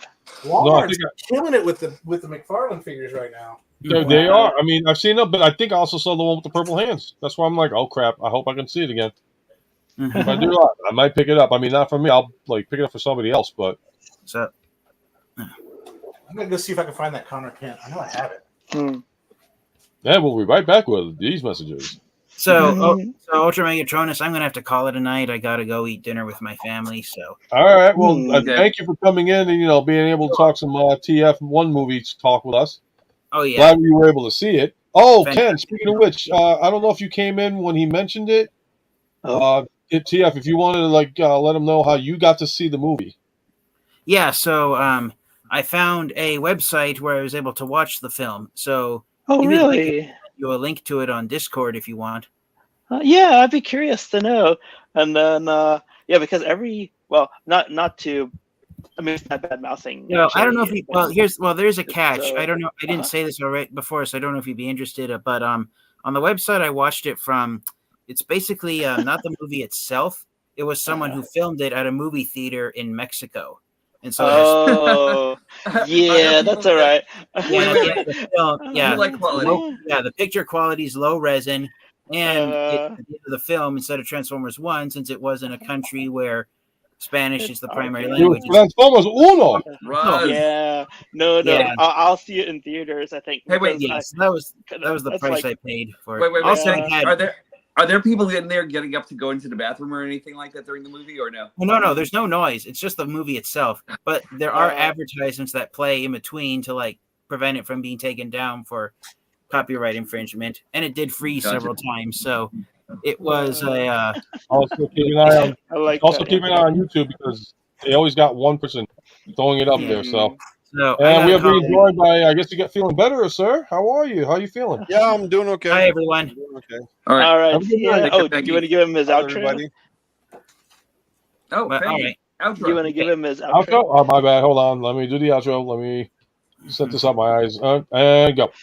So, All right, so, I'm not used to that part. all right, so I am the TF Geek. You guys can find me here on YouTube. I love to talk everything Transformers related.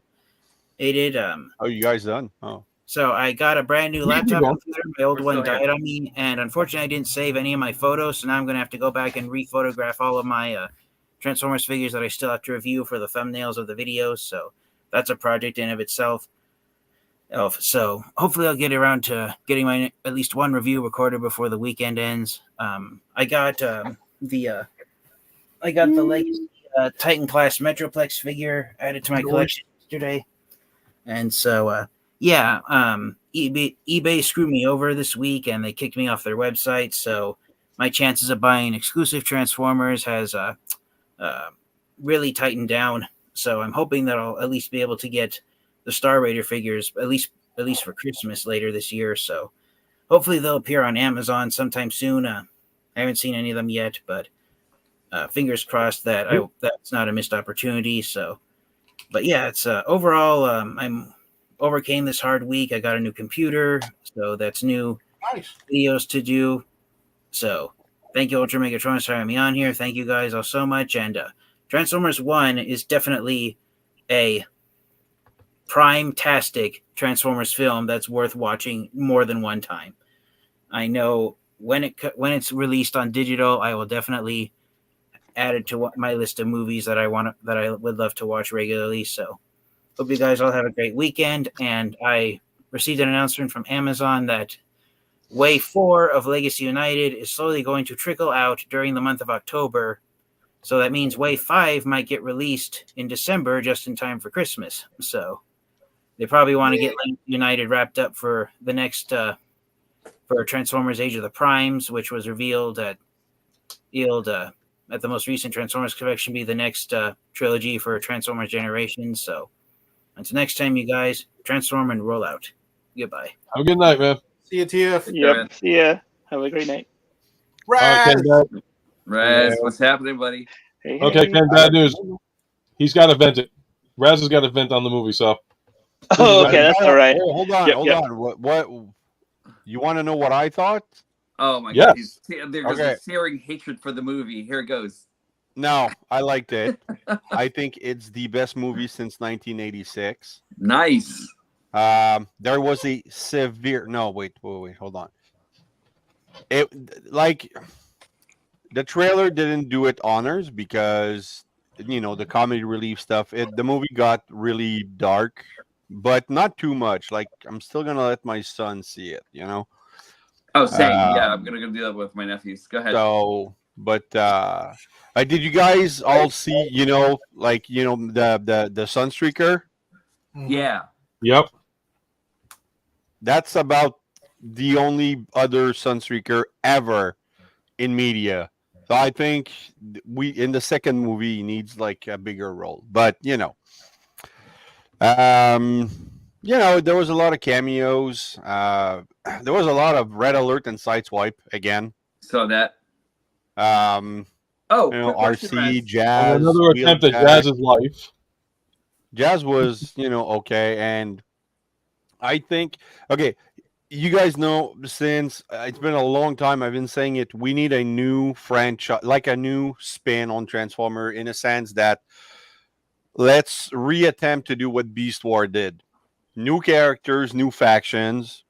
And I think this movie, if you replace every character with new character, it would still work because the story was that good.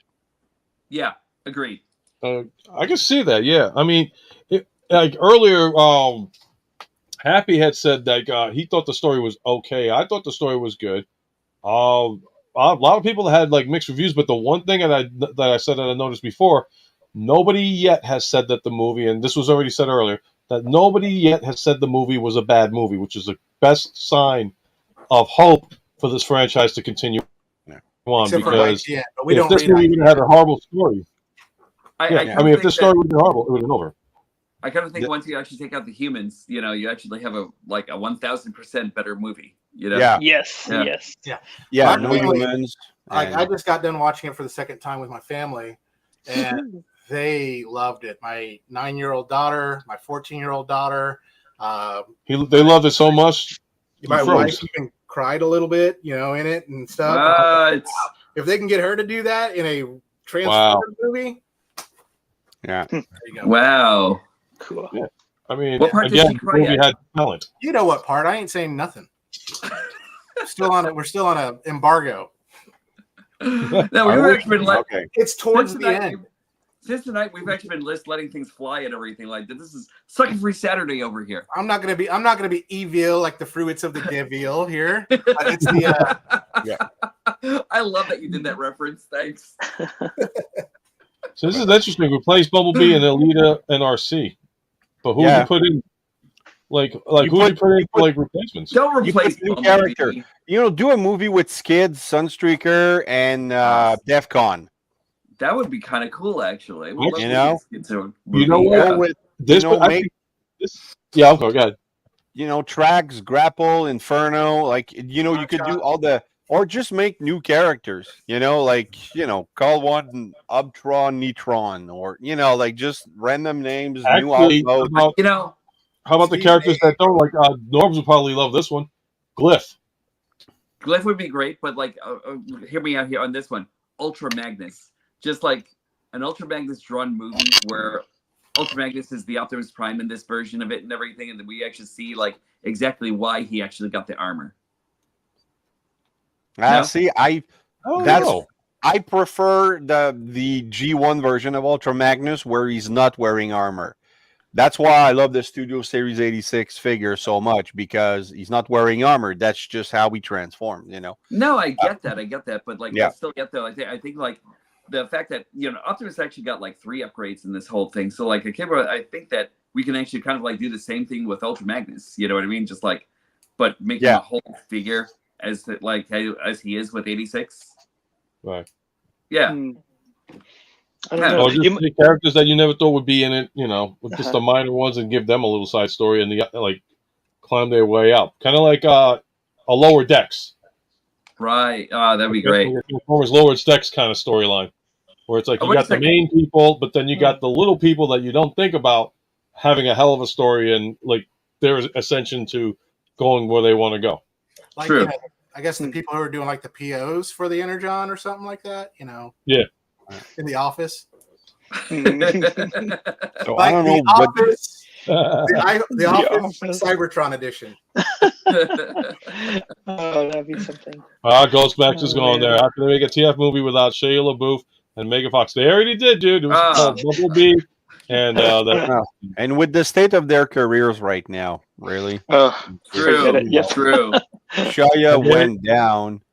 Raz, let me ask- Megan's been through so much that if she wants to, just do a couple movies here and there where she's not a sex object, go for it, girl.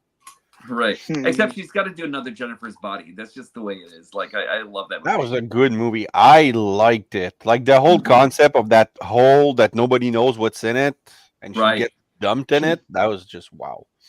Hey, Raz, quick question. Hound, was that a female hound that we were actually looking at, or was it another character altogether? Because some people are actually saying it was not Greenlight, it was Moonracer. And I was just like, no, because that she had a boxy head, you know what I mean? So like, yeah, I'll be honest, I'm terrible at that.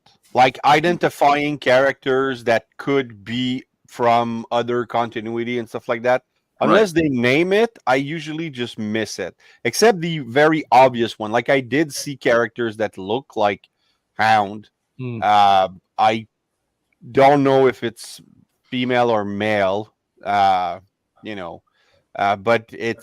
there was, like a lot of people are probably say, okay, like all the Seekers, there was Red Wing, Hotlink, and all that stuff. And I didn't even see Thundercracker and Skywarp. Because it's just moving so fast and they don't have dialogue and it's just like colored Seekers. Oh, wait, High Guard. Was that something from another continuity where the Seeker used to be High Guards and that was new? Like, I never heard of the High Guards. It's kind of similar to what they did with the Earthrise Siege and Kingdom line, where they had, the Decepticon Seekers were like their elite squadron and then Megatron got into power. Yeah, but it's just weird that Starscream started as, a High Guard. Like, it doesn't fit his personality that we know at all. So it was just a new concept that I thought was interesting. I know I've heard it somewhere before. I'm just trying to remember where, though, that he was High Guard. Maybe there was an ad, because I know Magnus had Ultra Magnus had an entourage in Transformers Animated, so it could have been High Guard. Like, I mean, I'm pretty sure in some continuity they have the High Guards. But I thought that was an interesting concept that basically it reminded me of Dragonlance. I don't know if you guys read Dungeons and Dragon books, but there was Paladins before the Cataclysm. And when the Cataclysm happened, and they blamed themselves for it, so they became mercenaries and brigands until a general rallied them, and so I thought that was cool that they were like fallen guards that failed their mission, and then they were still trying to do what's right by attacking convoys and stuff like that. So I thought that was an interesting twist. And then but that if you were a High Guard, would you follow Megatron after? Like, I don't know. It was just weird. Megatron went. That's a good question. Yeah. I figured take the High Guard with you. I'm like, well, I'm pretty sure these guys would still like to uphold whatever oath they took to protect Iacon. So, and apparently Iacon is the only city on Cybertron. Like, it's because you don't hear about any other Kaon or any other city, you don't see them. It's just Iacon, and then it's deserted. This is what my thought is, because like the way they actually did Iacon, it's just like a smaller city in a vast amount of Cybertron and everything. So like, I'm pretty sure we're actually going to be traveling to like other places soon enough and everything in other movies. Hopefully. So like, because like when you think about like a war starting off and everything like that, it's never like the war starts and then it's just like the whole world just gets engulfed in it right away or anything like that. It takes time. You know what I mean? So And then you actually have the well of sparks, actually, like the energon actually flowing through through Cybertron again and everything like that. I want to know exactly how they're actually going to come to an energon depletion on the planet before all hell actually starts breaking loose again. Because that's how the war was actually started. It was a war against for energy. But this is a completely new universe, right? So Right. it doesn't have to follow those guidelines. Hold on. Actually, here you go, Raz. There's a satellite guardian in the game. So depending on the continuity, yeah. But in the game, wasn't he a scientist? Like, I don't know, maybe they were like guardians. They were guarding the Dark Energon. So Megatron came and controlled the Dark Energon, and then Starscream wanted to learn how did he do that. Yeah, okay, I remember that.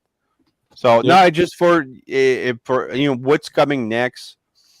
That's the thing. They because of the way that they build the story, you can't really have anything that we've known before matching and happening, because the order, let's say in G1, the order was the Quintesson took over Cybertron, defeated the 13 Primes, took over Cybertron. Then you had A3 and Beta, who led a rebellion, freed Cybertron. Then you had the Golden Age. Then Megatron arrived, killed Orion Pax, became Optimus, started the Great War. So that was the second Great War. And then it ended with, season 4 of G1. So now you already have Optimus Prime during the Quintesson occupation. So it's completely different. So that's going to be interesting to see. And we didn't see any traditional Quintessons. Like, we saw crabs, people, and a Quintesson judge. Not a judge, the scientist one, with the big head and the anyway. So I don't know if we're gonna see an actual 5-head spinning Quintesson. So that'd be cool. I would love that. Actually, I mean, they had the Alicons at least. If I'm not mistaken, they did have the Alicons. Yeah, no Sharkticon. And then you had then that's one thing. There was grass on Cybertron. It's like, it's not metal. Then it should not be there. That was my only thing that I really cared for. It might have been there because it's actually under the influence of other elements from space coming in with chemicals and microorganisms and that sort of thing. So things could have crashed and then grass. You know what I mean? Or exactly. It could have actually been something where Primus is actually kind of like a biomechanical being and everything. He gives life. He gives life. He takes it away. So I'm actually wondering if this is the thing that Primus actually is. It's more biomechanical than just a machine.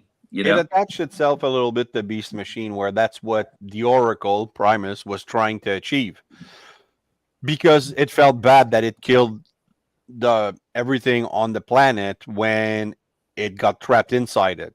Mm-hmm. So that was the big dilemma. So, but I prefer my Cybertron to be completely mechanical. I don't know. I like this new direction for Cybertron. Might see that transition though. Yeah, wasn't it grass red? What? I like iron oxide. Yeah, I thought the grass was a little bit reddish. Yeah, well, Optimus said. Well, Orion said it's not metal. So, right. They don't have a word for organic. So it's alien to them. So maybe it was because there wasn't the flow of energon. Yeah. Maybe it's something that a parasite that grew in for them, a parasite that grew in the past 50 cycles. Yeah, I actually think more natural occurrence is something, And then not only that, but we also have biomechanical animals on Cybertron also. Now, I'm not even thinking that they're totally mechanical because they're on that part of the world and everything. They actually I really want to say, I strongly want to say that there might be a Beast Wars tie-in to this whole entire thing, and we haven't seen enough of this yet, but I'm pretty sure that we're actually going to see a few Transformers choose the forms of those animals on the surface. So that's a good point. It's a good point. Yeah. So yeah, they had to have had a material at one point, organic material. So yeah, I actually hope they go in a completely new direction.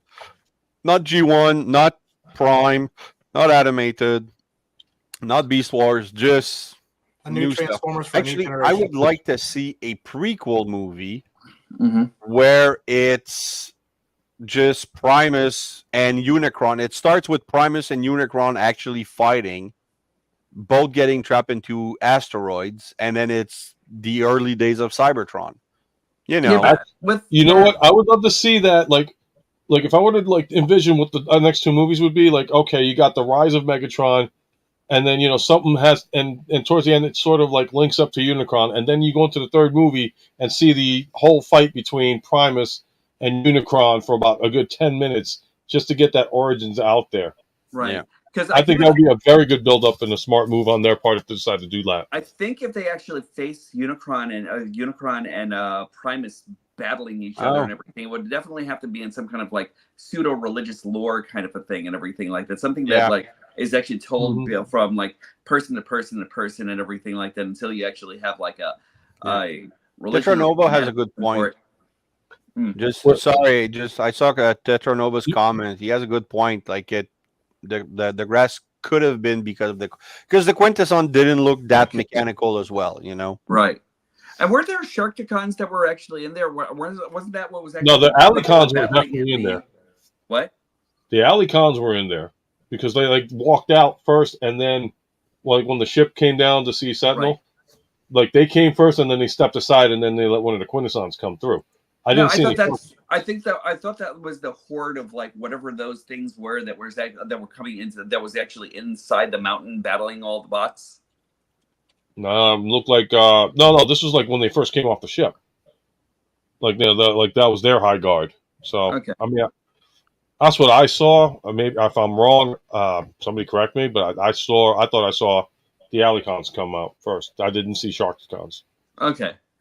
For some reason, I kept on thinking I heard like Sharkticons, so like I didn't know if that was what I was actually hearing. Yeah. Jimmy G, did you see them too, or is it just me? I didn't pay too much attention to them. I mean, it was just like it was a different form, and so I was just like, but yeah, I didn't see too much. I want to see the judges. That would be the cool thing to see, right there. So hopefully we'll see them in the future because again, Prime said, "Hey, if you Quintessons come back, you got to deal with us." So that's setting up, foreshadowing.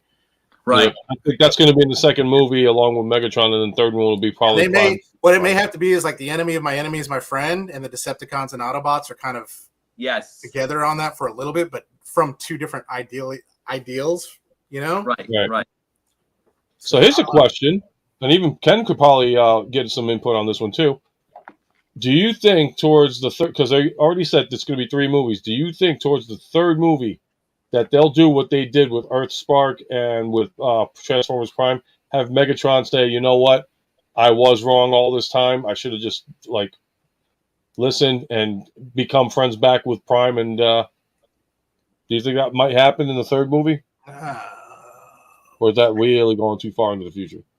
I hope not, actually, because for the Earthspark and how he was kind of a good guy, I don't know. I didn't really like that angle too much. So, yeah, we'll see what they do. I was looking at that. All right. That's a good opinion on that. Anybody else got a view on that one too? I think they should approach it from the kind of almost like the X-Men. They, both Optimus Prime and Megatron have their ideals, but they're going about almost the same belief system, but they're going about it a different way. How like Magneto believed that all mutants are superior, that the human race should be basically slaves to him, whereas Charles said, hey, we should show ourselves as these people that can help. And, and that kind of just was that war between them. I think what'll happen is the second one, you have the Quintesson War, and they go through that, but you're going to see even the more madness of Megatron. And I think the third one is where we start seeing that Civil War. Oh, yeah, I could see that happening. Anybody else want to put their view on? I'm sorry. As long as they don't get the Earth. Like, I hope it's because, if you think about it, the Netflix show and the Cyberverse show is the same story. Yeah. Right. Yeah. Optimus throws the Allspark through the space bridge, and it's lost, and they're searching for it. It's on Earth. They meet on Earth, they fight, and then they come back. And in Netflix, it's too late. to save anyone because it's been how many years? They come back and Elita 1 is just like a corpse, and so. But in Cyberverse, they actually get there on time. They save it, but then the Quintesson come and so. But it's the same story, and that was in both shows. That was direction by Hasbro. Mm. Similar with the Bayverse, where the Allspark was lost, it's found on Earth. So it's just I hope they're not gonna give direction again to whatever producer of the movie saying, no, this is what we want. Optimus throws the Allspark. So I hope they don't get that input. That they just copy the models and make toys with it. Hope they find a different way. Yeah, I hope we don't get Earth and have same bullshit that we've had for a while. I would love what they're doing, like in Skybound's Void Rivals. Just kind of how you're seeing that whole universe is playing out now. It's almost like it's not on Earth; it's just in outer space. Right. I didn't read Void Rivals. I just got the Transformers.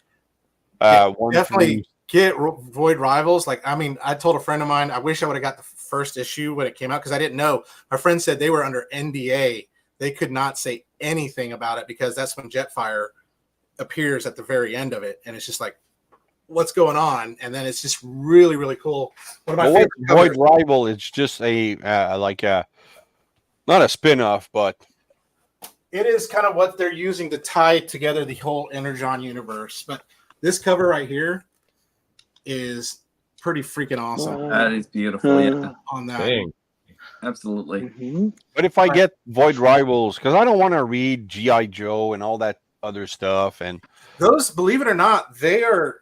I'm not a big G.I. Joe comic book fan, but this Skybound thing, with what Robert Kirkman's in charge of all this, he's doing a pretty decent job. And he's doing a really, really good job, especially with Cobra Commander, spoilers, having control of Megatron. But it's just that I don't know. I don't want I don't want to get into buying too many comics. It's just so I just picked up Transformers. But if you say because I don't want to read everything Skybound produces, do Void Rivals, get the graphic novels of those. That's what I would do. Okay, all right. Let's go. Yeah, I hope that they'll release it on Amazon as as like you said, graphic novels, because I think I have they did 1 the to 5. Transformers. They did the volume 1. Well, yeah, it's there. Yeah, 1 to 5, right? Void Rivals volume 1. And Void Rivals is the story written by Robert Kirkman. So if you like his writing with Invincible, Walking Dead, that stuff, it's really good. Because I did Transformers volume 1 and I pre-ordered volume 2. Yeah, I love that. Well. I don't know if y'all saw in that chat, just that thing with Shockwave just saying, "Hey, I'm going to kill this guy if you move one step," and Prime. Oh, I saw that. Destroys him. I love it. There's so many titles like Scarlet, Duke, Destro. I'm like, I don't want to get into that. The coolest thing about those covers of those G.I. Joe comics, like Duke and all those, there's Transformers hidden in them. Like in the Duke cover, there's Starscream in the background, and then in the Cobra Commander one, there's the Ark. And it's just the covers kind of look really, really cool. But it's kind of interesting seeing the whole. I'm just curious if Cobra Commander's playing Megatron or if Megatron's playing Cobra Commander. All right, I'll get the volume 1. If I like it, I'll get the volume 2. I'm in the middle of the 1 to 5 one right now, but I'm looking at the Void Rivals now. It's brutal, man. Yeah, it is. Bumblebee gets whacked in the first pages. Did I spoil it? Oops. But yikes. And Optimus thing. Looks I love that Cliff Jumper was given the finger. Oh yeah, that's where do you learn the finger? I really. I think that was not the funniest thing in the whole movie. Now I think about it, it's like, yeah, I got something that transforms. Right. I almost forgot about that too. But I really need somebody to make like a third party like add-on for what do you call it, for a legacy cliff jumper or something where you can actually put on the middle finger hands, you know, because I need those things. You guys see my compensation video? What I got for No, my I didn't see that. Oh yeah, I did. Oh yeah, see it. yeah. I did. About that. I did see it. What'd you get? I got okay, so it's in Canada. Oh, It's yeah, I saw that. 66, 69 Mhm. bucks for Agent Knight. Mhm. I don't have all of them here because I had to put them back in the. But I got Bug Bite, which I never Mhm. had. Nice. I So really want I that. thought that was cool, That's a and great I'm guy. really impressed with the plastic because it's painted, like Mhm. it's shiny, and also I like this. And then the other two, I got Studio Series 86 RC, which I do have. The It's my dinosaur favorite. one, right? Yeah, because So I remember you mentioned something yeah. about it. Yeah. Oh yeah, so something about the lipstick. With exactly. better lips. My RC, the original one that I toy hacks had, the lipstick was on the chin, so Mhm. under the Had a mouth messy night. crease, you know. So what I did is I pulled this one out Uh-huh. and I shoved my old one in the box so that I'm gonna give that to my kid at some point. And I What do I reordered Toy lipstick Hacks is not on decal. It her was lips? $5. So Mhm. I'm gonna reapply the Toy Hacks decal. So anyway, and the other one was Paleotrex from Kingdom. Right. So Uh-huh. not great, but I did get 99 hold on. So 34.95 times 3, so $105 worth of figure. Hmm. So I think I Yeah. lucked out just on price because Mhm. Patriot Prime had like Super Megatron, and you reached out and they sent him like a leader class or maybe a Voyager class. Like he didn't get his money worth. Right. I got more money than what I spent on Agent Knight, so I think I'm okay. I Now, hate when I that was they watching actually your do Agent that. Knight, I didn't know what I couldn't tell how clear it was. Was it that it was not included the piece, or was it just gone? No. I a friend of mine who we ordered both from DJC Collectibles, Gabe the Animator. He had his crotch. It's not a piece. Like I looked everywhere in that box Mhm. for that crotch piece, and it wasn't there. So it happened, you know. But he's in robot in alt mode, and now I I can just, do the chaser thing thanks to Norbs. I'm So just I made hoping it's another not short another, for that. Like I'm another trying, man. Prime I'm thing. really trying to bust that freaking 900 subs, man. It's pissing me off. You're gonna get it. Everybody on the Either. stream, Mhm. You're hit like the like so, button, hit the subscribe button. dude. You're so close Oh. to 1,000. I think you can hit it before TFCon. Oh no way! Oh, yeah. I've been trying to hit 900 for like a month now. Right now I'm at 898. Last like 3 days ago I was at 898. Then I fell down to 897, 896. Came back to 890. Like it's just so Everyone annoying. else. Yeah, they're very Well, finicky. here's the Yeah. thing. Here's the thing. If you're not going to make it to 1,000 when we get to TFCon, I will guarantee you will have 1,000 when you leave TFCon. Oh Because no, we're going to plug your man. channel like it's no tomorrow. I'm going to be plugging my. You already see my. Did you guys see my shirt yet? I've seen it. Yeah. You showed us Yeah. the back with all the logo. Yeah, yeah. I'm going to be walking around with that one and be like, yeah, you see these guys? Subscribe to them now. Make us happy. Make me happy. I don't Mine's care. If I gonna- get mine's 200, gonna- I'll be happy. Mine's gonna have a QR code for a free $10 appetizer from Texas Roadhouse, but it's gonna. Hey, it's the Dark Braga. Hey.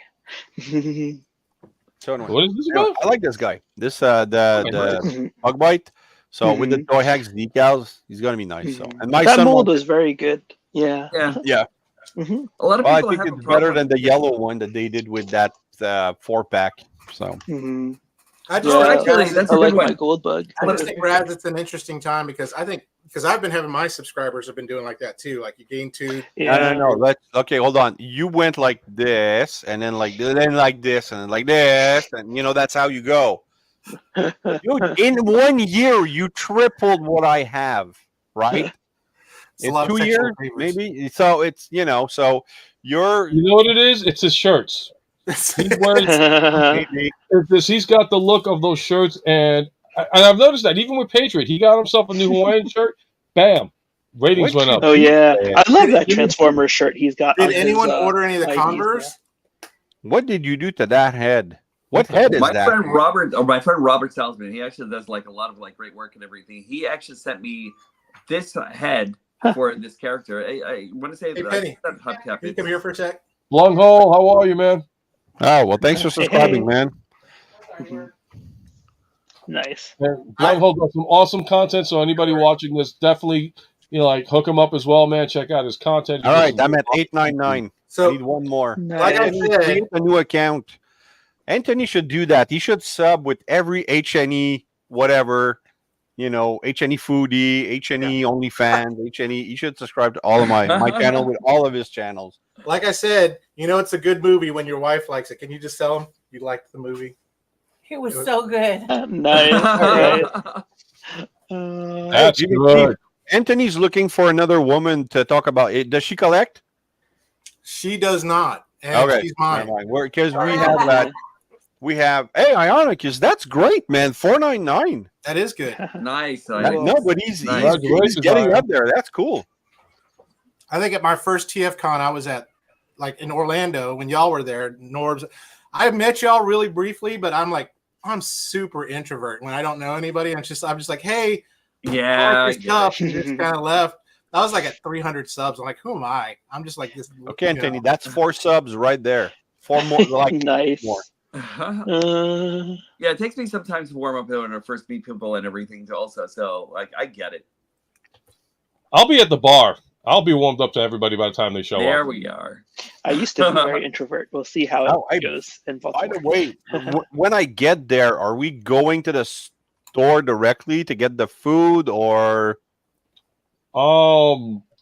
We can. I mean, I don't see why not, unless well, I know I'm gonna arrive there around hopefully 4:00, just so that way it's like, hi, how you doing? You got the key? Thank you very much. Bring the stuff upstairs, lay it down. I'm bringing about 28 to 30 bottles of Prime if anybody's interested in drinking some of that, and a mess load of water, because I'm going to definitely be looking at ShopRite for sales for water. Figure get a kit, like 2 or 3 cases, bring it down, and get some of those mini, they have these iced tea pouches that they have in these boxes that are actually pretty good, and they're like $1 something for like 20 of them. So it's like, because I'm not I don't drink soda anymore. Because I'm not gonna bring my food with me. I just want to buy at a place where it's gonna be cheap, and then just Yeah, no, we'll have it. We'll make sure you're fed. Nobody starves while I'm on. No, you don't have to feed me. Yeah, I'm gonna bring ramen. I'll feed myself. So, I'm good. Get ready to eat ramen. We'll get you there. It's gonna be like a live pig coming. We're gonna slaughter it right there in the middle of the room. Make some bacon. Yeah, that would be awesome. They got a fireplace, and we can make it into a fire pit and take the broomstick, shove it up the pig, and rotate it and all that. You got like a Lord of the Flies situation going on. Yeah, yeah. We probably could sacrifice a small goat, and people, in the name of Primus, and people would join in. Yeah, keep Peter Cullen alive. Yeah, hold on. I'll be issuing holiday loans. Loan us some subs.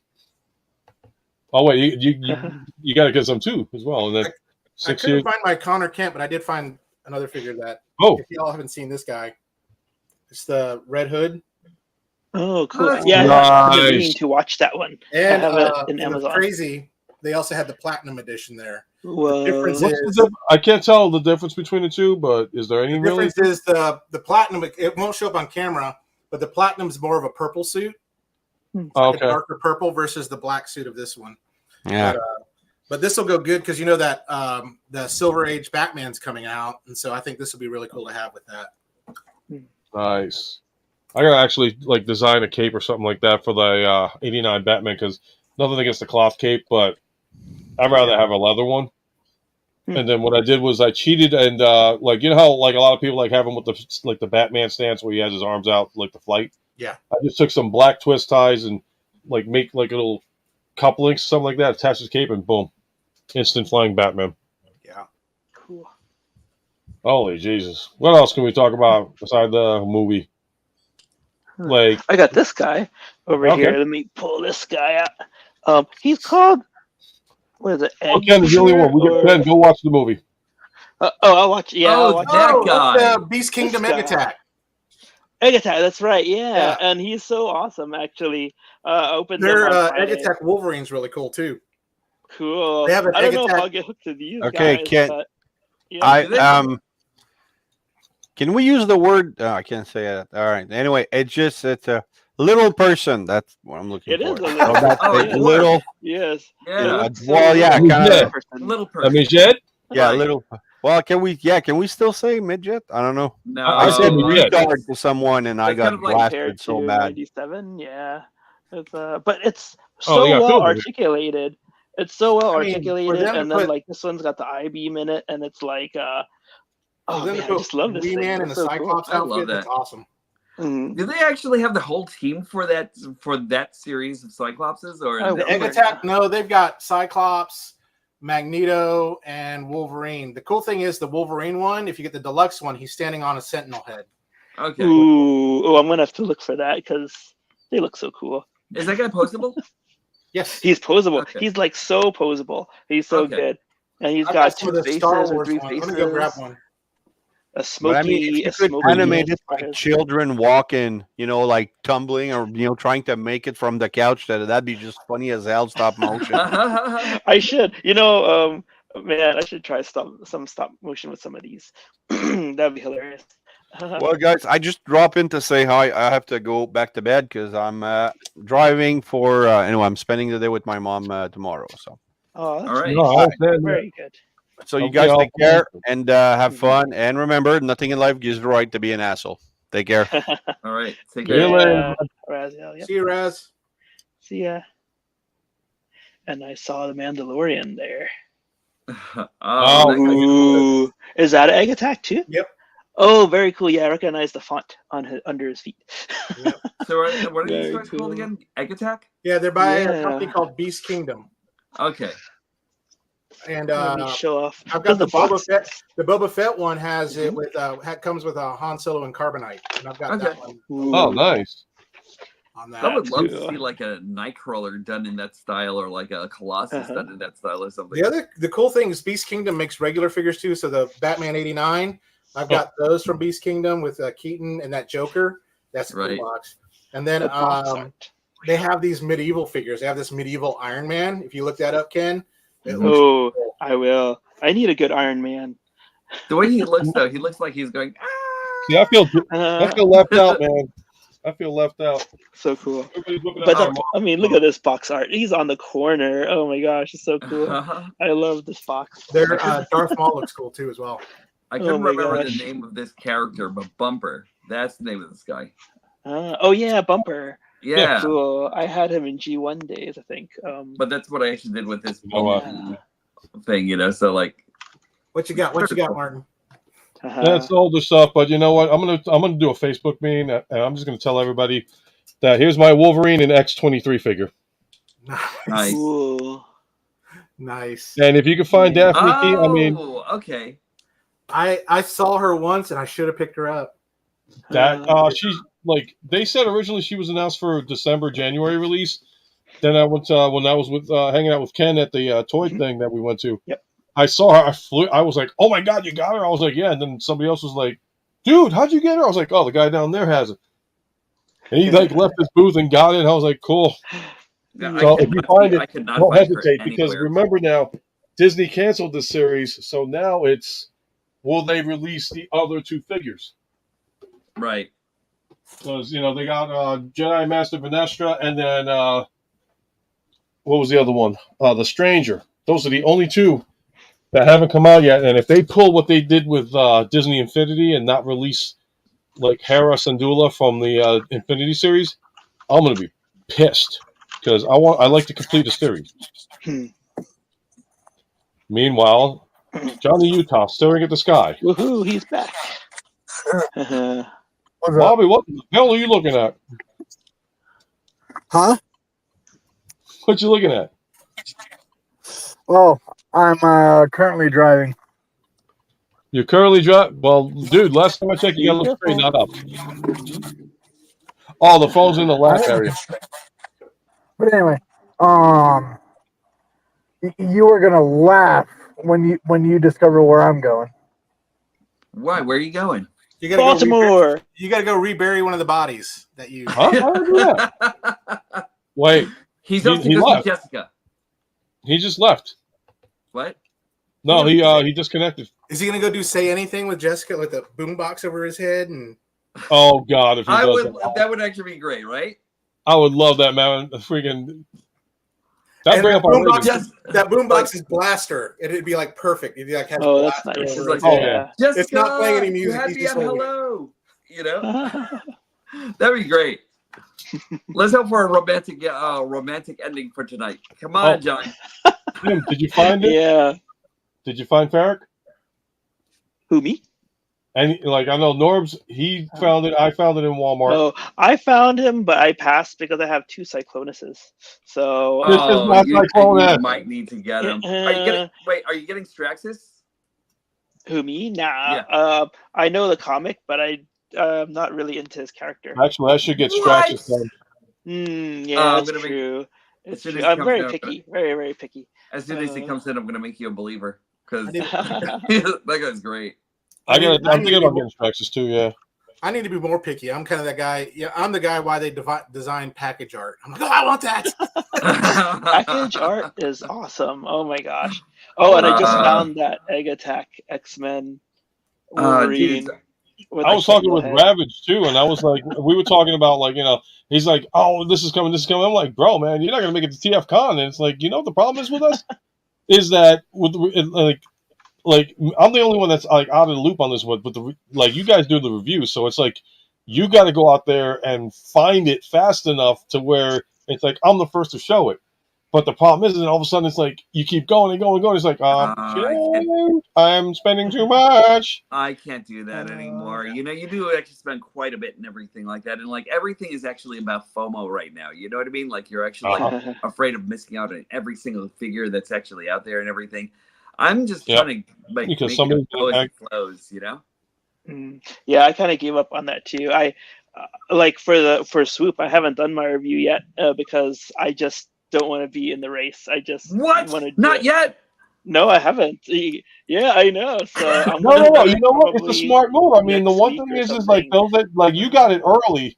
Like a couple of people got it early. You're like one of them that got it early. In fact, you got it so early that you actually pointed out a defect that you corrected in your review, and that was the chest. And because of you, a lot of people watched that review. So I would think with these guys, and including myself, like if I decided to say, "Oh, I'm going to do a Swoop review," I'm going to give some time, and be like, "All right, 6 months later, how'd this guy hold up with me?" Well, he's held up pretty good, and the tip that was given by so and so worked out really well, and it works to this day still. Yeah, I'm going to be comparing mine with the New Age one, so that's what I plan to do. So it's not just going to be Swoop himself, but it'll be a comparison. I'm still not getting New Age. You guys ain't convincing me. I really want all of those New Age Dinobots. Those guys are great. Like especially they are really nice, but I've held off on them too. I think a Secret Stranger needs to send you one. No, don't, because honestly, no, really don't. It's just, it's to me, it's like it's so small. And for the price that they're asking for, it's like, I appreciate it. I'll live through it vivaciously through everybody else, but that's a one rabbit hole where I'm like, nope, not going to touch it. Not going to go with one it. From Secret Strangers. And Ken said he wouldn't get into McFarlane, but look what. Oh, I know. So that's wait, did you send him McFarlane? Well, that's superheroes, so that's a different story. We have to have our superheroes in our life.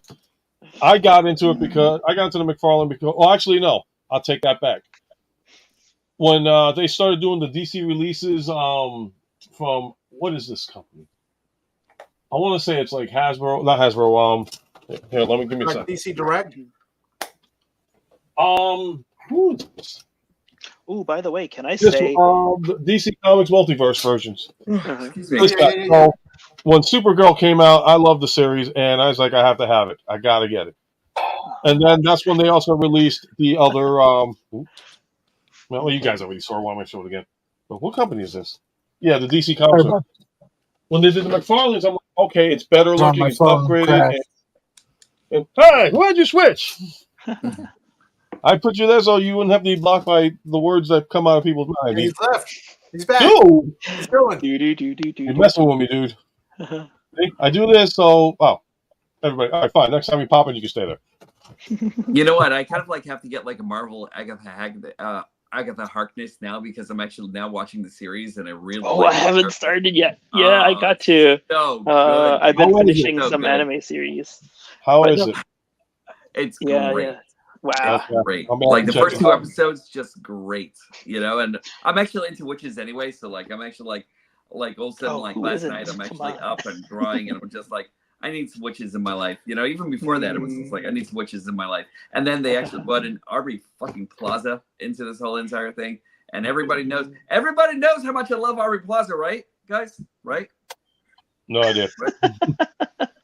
No idea. You can do a video about it. Okay, yeah, because like I love Aubrey Plaza, and like I love I forget what her name is, the one who's playing Agatha Harkness this time, but like she's just great in anything that she actually does. Yeah, she's great in anything she does. So like I started liking her ever since I actually saw there was like one comedy that I actually saw where they were actually all like car salesmen and everything. I think it's called The Goods. The Goods. Kevin? Yeah, Goods. Oh man, that movie is just so great. good. Yeah. So like I love that movie, and then my favorite parts of that movie is when they're asking the DJ to play stuff, and he's like, "You got it," and he's like, he plays whatever he wants to. Yeah.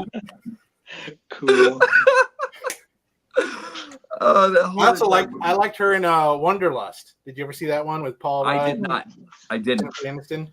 That was a good one too. Okay, cool. I'm gonna have to check that out now. Wanderlust.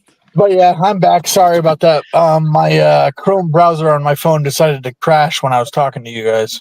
No Windows. problem. No problem. Damn you, Windows. Wait, you got a Windows phone? No. I was like, what age are we in? Right. Although I've always wanted a Windows phone when they came out, but I never got one. But that's like, what do they call it? A Zune? I wanted a don't Zune make fun of him music when it came out. Yeah. you guys are gonna laugh. You still download stuff from Napster? Oh No. my gosh. Napster still exists? Wow. All right. You've got our full attention. So that looks murdery. It Wow. does. It does. This is how horror movies start. You're upping your peak factor now, John. Next thing you know, he's in the corner of a basement and the Blair Witch is after him. Oh, he's going shopping. Going to Ross. Nope, I'm not going shopping. The Ross is calling you. Are you going to go see Jessica? Oh, are you going to go see the movie again? Yes. You are? Oh, it starts in about 15 minutes. Do you have a radio in He had to go originally with Jessica to watch the movie because he has to impress her. Now he's going to go because he can finally concentrate on the extra stuff he missed. Well, exactly.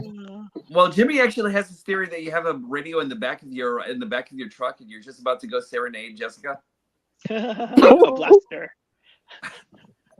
Yeah. Oh, what was the song they You're played? going to go all John Cusack on her. Wait, watch out for the corner. Wow, he really is running. Good, man. Don't worry about it. Don't rush, man. Think about it. You got the trailers. Golly. You got the trailers. How many trailers are there? Like 5 or 6 of them? Did you roll up the windows? I feel like I'm going to give a Call of Duty. Did you gotta get off? to the cashier?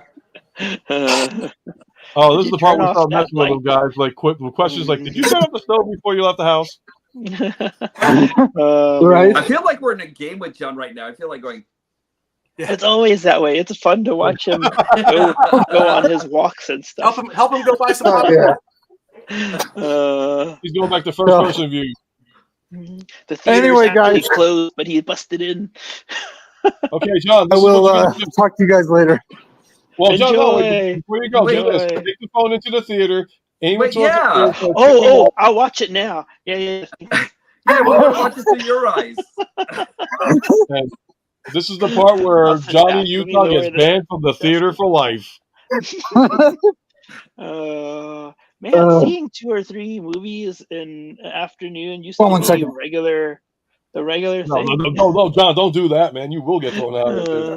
Next time, wear a business shirt with pockets, and all you do is just put your phone in there and put some tape on the light, and then that way nobody will think it. You can sit there and relax and watch the movie Mm-hmm. while everybody else is watching, and then all of a sudden, And then somebody says, "Shh, put your phone away," and you have to be like, "I'm talking to my friends," like real loud, like that, And everybody Say, likes it. yeah, we're having a live stream right now.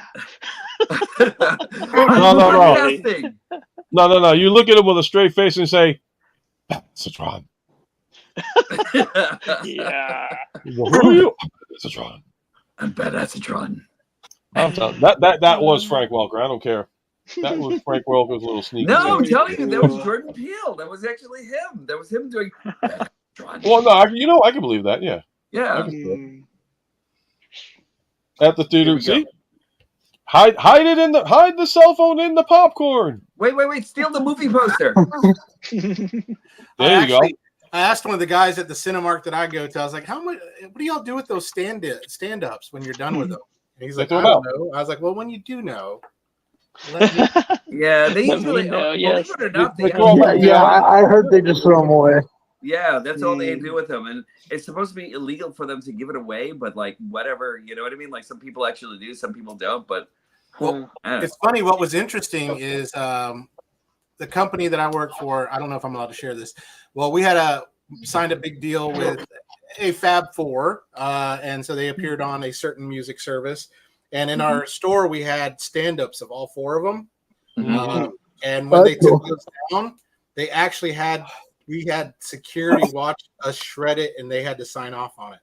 Wow. So, you mean the Black Eyed Peas when Fergie was actually in there? Absolutely. I knew it. Talk about the monkeys. Oh yeah, monkeys.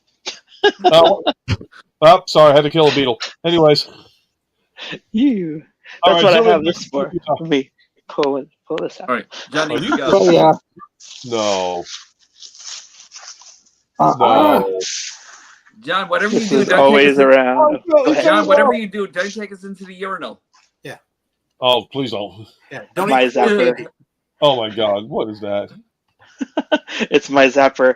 I have three. No, I have two, but I want to get another one so every floor has one, because you never know when you're gonna see a bug that needs to be fried. Do you actually use it like a fly swatter, or are you? Oh, it works great. You know what you do? For crawling ones, you kind of lay it on top and you press the button, and then that's torture, dude. Yeah, you have it's kind of mean. But they're you in do a my maniacal space, laugh while you're doing that. I need the Right. It's kind of like, did you guys ever see Better Off Dead?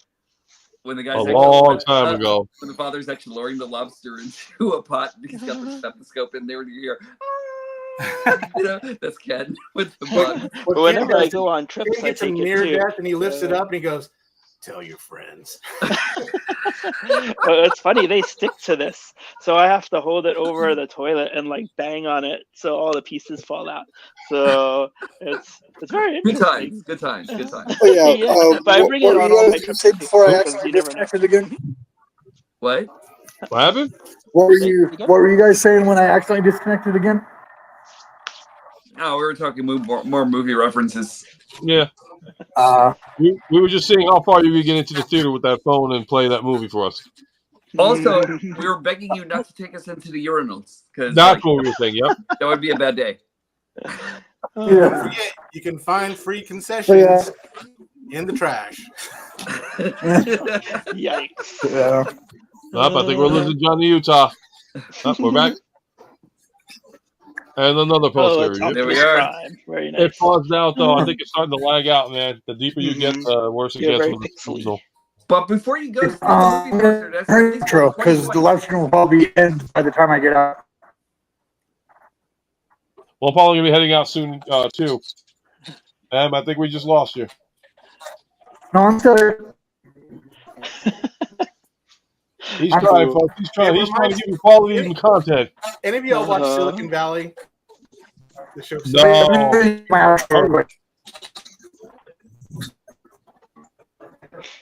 I think with Johnny is like we're losing you, John. Hold on. I finally transformed that damn Optimus Prime from Transformers 1. I don't like the transformation. I'll keep him in robot mode. I'm gonna put him back into it though. That's the way mine stand. And robot, yeah. I am looking. I just cannot wait for the Takara one. I want that Takara one. I've been looking on eBay to see if that's already out somewhere else. So yeah, I saw someone do a review on that one. Yep. Yeah, it looks really nice. Has a great my outro real quick. Do it. Well, I'm losing it. I'm transferring mine over back Can you guys hear me now? because I want to see how long it takes. You know what? me. I'll race you. I don't know how far you Okay. got the transformation though. Okay, hold on. Let me start over from the beginning. Wait, what transformation? Are you on robot or are you in alt mode? I'm in robot mode. Oh, I'm in alt mode. Okay. So either way, we've actually got to finish at the same time. All right. All right. Ready? Hey, set, can you guys hear me at all? Yeah. I'm going to hurry and do my outro real quick. Okay. All right. We'll do your outro and then we'll start the race. Whatever. Alrighty. This is Optimist Review live at Cinemark in West Jordan. You can find me on YouTube at Optimist Review. Find me on Instagram, Optimation_review. Patreon, patreon.com/Optimation. Find me at my toy store, PlantToysUtah.com. And yeah, I think that's it. And remember, to all our Optimation, have a great night, everyone. Have a great rest of your weekend. You too. Have a good weekend. All right. Enjoy the movie. Thank you. Again. Are you going to See you TFCon? guys. Are you going to TFCon? Are you going to TFCon? Yes. Oh, yeah. I'm going to TFCon Baltimore. Yeah. See you there, bud. Yep. See you there. Yep. All right. Go. We'll watch the movie. Now I'm going to race. And we got to get Norbs out there somehow. Some way. We got to get him there. All right. I guess we're going to race to see who will do this, and then we'll probably call it a night on the show. Okay. So, on your mark, see it, go. And Jimmy G and Ken can talk about whatever they want to while we sit here and try and figure out how to transform this damn thing. All right. Oh, I got something I can say. Did you notice, Jimmy G? Because I did today. With my McFarlane figure. I got it from Walmart, right? But it came from the McFarlane store, and it is wrapped so well. I mean, oh my gosh, they really take pride in their wrapping. I think it's really nice. Yeah, they do. That's. I wish McFarlane did not charge shipping, like crazy shipping on their stuff, because like. I liked ordering directly from them because some of those figures are exclusive. Like there's one set that's a Build-A-Figure that's the Crisis on Infinite Earths Build-A-Figure that you can build the gosh, who is it? I forgot who it is, but it has Spectra, Superman, and all these ones. But it's only a McFarlane exclusive, and it's just like, oh man, it's like $100, but then you pay like $40 in shipping. It's just crazy. Oh man, because that's the good deal. I got this one because I liked it so much, and the patina one, but then also because it was Walmart, it was also free shipping. So nice. But then like I said, I saw the box and the letter here is directly from McFarlane's Collectors Club, and I was like, oh my gosh, nice. it's so sweet. Are you gonna try to find the regular one too? Huh? Are you gonna try to find the regular one? No, the regular one, it looks too regular for me. So I really love gold. yeah. When I saw this one, I was like, I must have it. So I was like, all right, Norbs, I hate to say this, but I'm done. Okay. Well, there we go. Whoa. Oh, you did it too, sweet. Yeah. Vehicular mode. Except I didn't do this, so I might have lost. You did lose. His gun nipples are not on. Uh-oh. Well, you know what? I refuse to use those things right now because, like, wait, time out. You refuse to use the gun nipples, yet you freaking want me to freaking get Pornobot in this actual third mode? That's right. You know, that mode is important, okay? It is important. Sometimes in life. He's like, you do that mode and bring out the gun nipples. You know, sometimes in life, you just got to go and do the one thing. You didn't put nipples on the you know what, Norbs? You know, it's been 2 hours, 42 minutes, and 48 seconds, and we haven't done this all night. So guess what you get tonight? I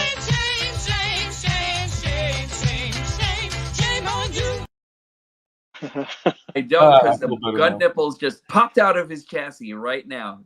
Oh just boy! Right. But I gotta say, Jimmy probably saw the same thing. But like for the Takara one, it's the one you're talking about with the pop out guns, right? Yes. Yeah, it looks so good. Cool. You're right. Yeah. Oh man. How much are they charging for that Takara, Jim? Did they give a price yet? What? How much? $70 or $80 or something like that. $70, $80 for a Takara for the Takara one. It's about this big. It's a big one. Mm-hmm. Okay, so it would actually be worth the money then. Yep, I think I'm interested. I am interested. Kinda. I think you got to pay the import tax. That's mainly the reason why, because it's Takara. Okay, so okay, then I can understand that if it's that size and it's transformable and then I like can see that. most of the cab is actually in the backpack, which is great because of the way it actually it does it, but at the same time it's actually still kind of like shell formerish or something. You know what I mean? Right. So right, but then you actually have like the flippable head where you can actually go from battle mask to regular face. Yes, I love that's that. actually cool. Yeah, and then and the pop out guns because the alt so mode cool. is like awesome on that one because it's all Yeah. together. That should be worth it. Really good. And the Matrix, you can actually hold, like he can actually hold the his Matrix in his hands and everything like that. And like, So he would be classified. All right, so the car version should actually classified as either a commander class or a very well made leader class. I would agree. Right. Right. I think so. So yeah, that's where I could see justifiably What's the size? spending the money. I'm sorry, Jim. I didn't mean to interrupt you. Oh no worries. I'm looking up what the size of that one is. Unless Okay. Ken's got it. Yeah, I'm looking for the video I saw. Yeah, I want to say it's actually kind of like more of a commander class or like a bigger Dinobot leader, like a bigger Dinobot leader class. Okay, so for $70 in the States, that would be $89.99 for a commander class. So you're getting the kind of like depending on how much the tax is, a little bit of a price break on a leader class. Or on a size class for that one. The car justifies it at least. Ghost Prime. Does Ghost Prime already have a review on it?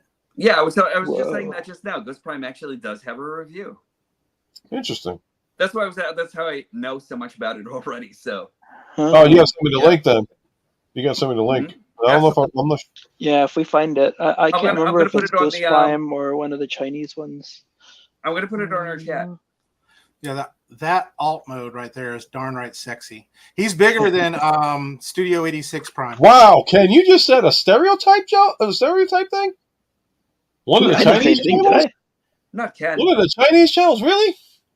Huh? Oh, I watched the Chinese channels. He's allowed to say that. I am too. Granted.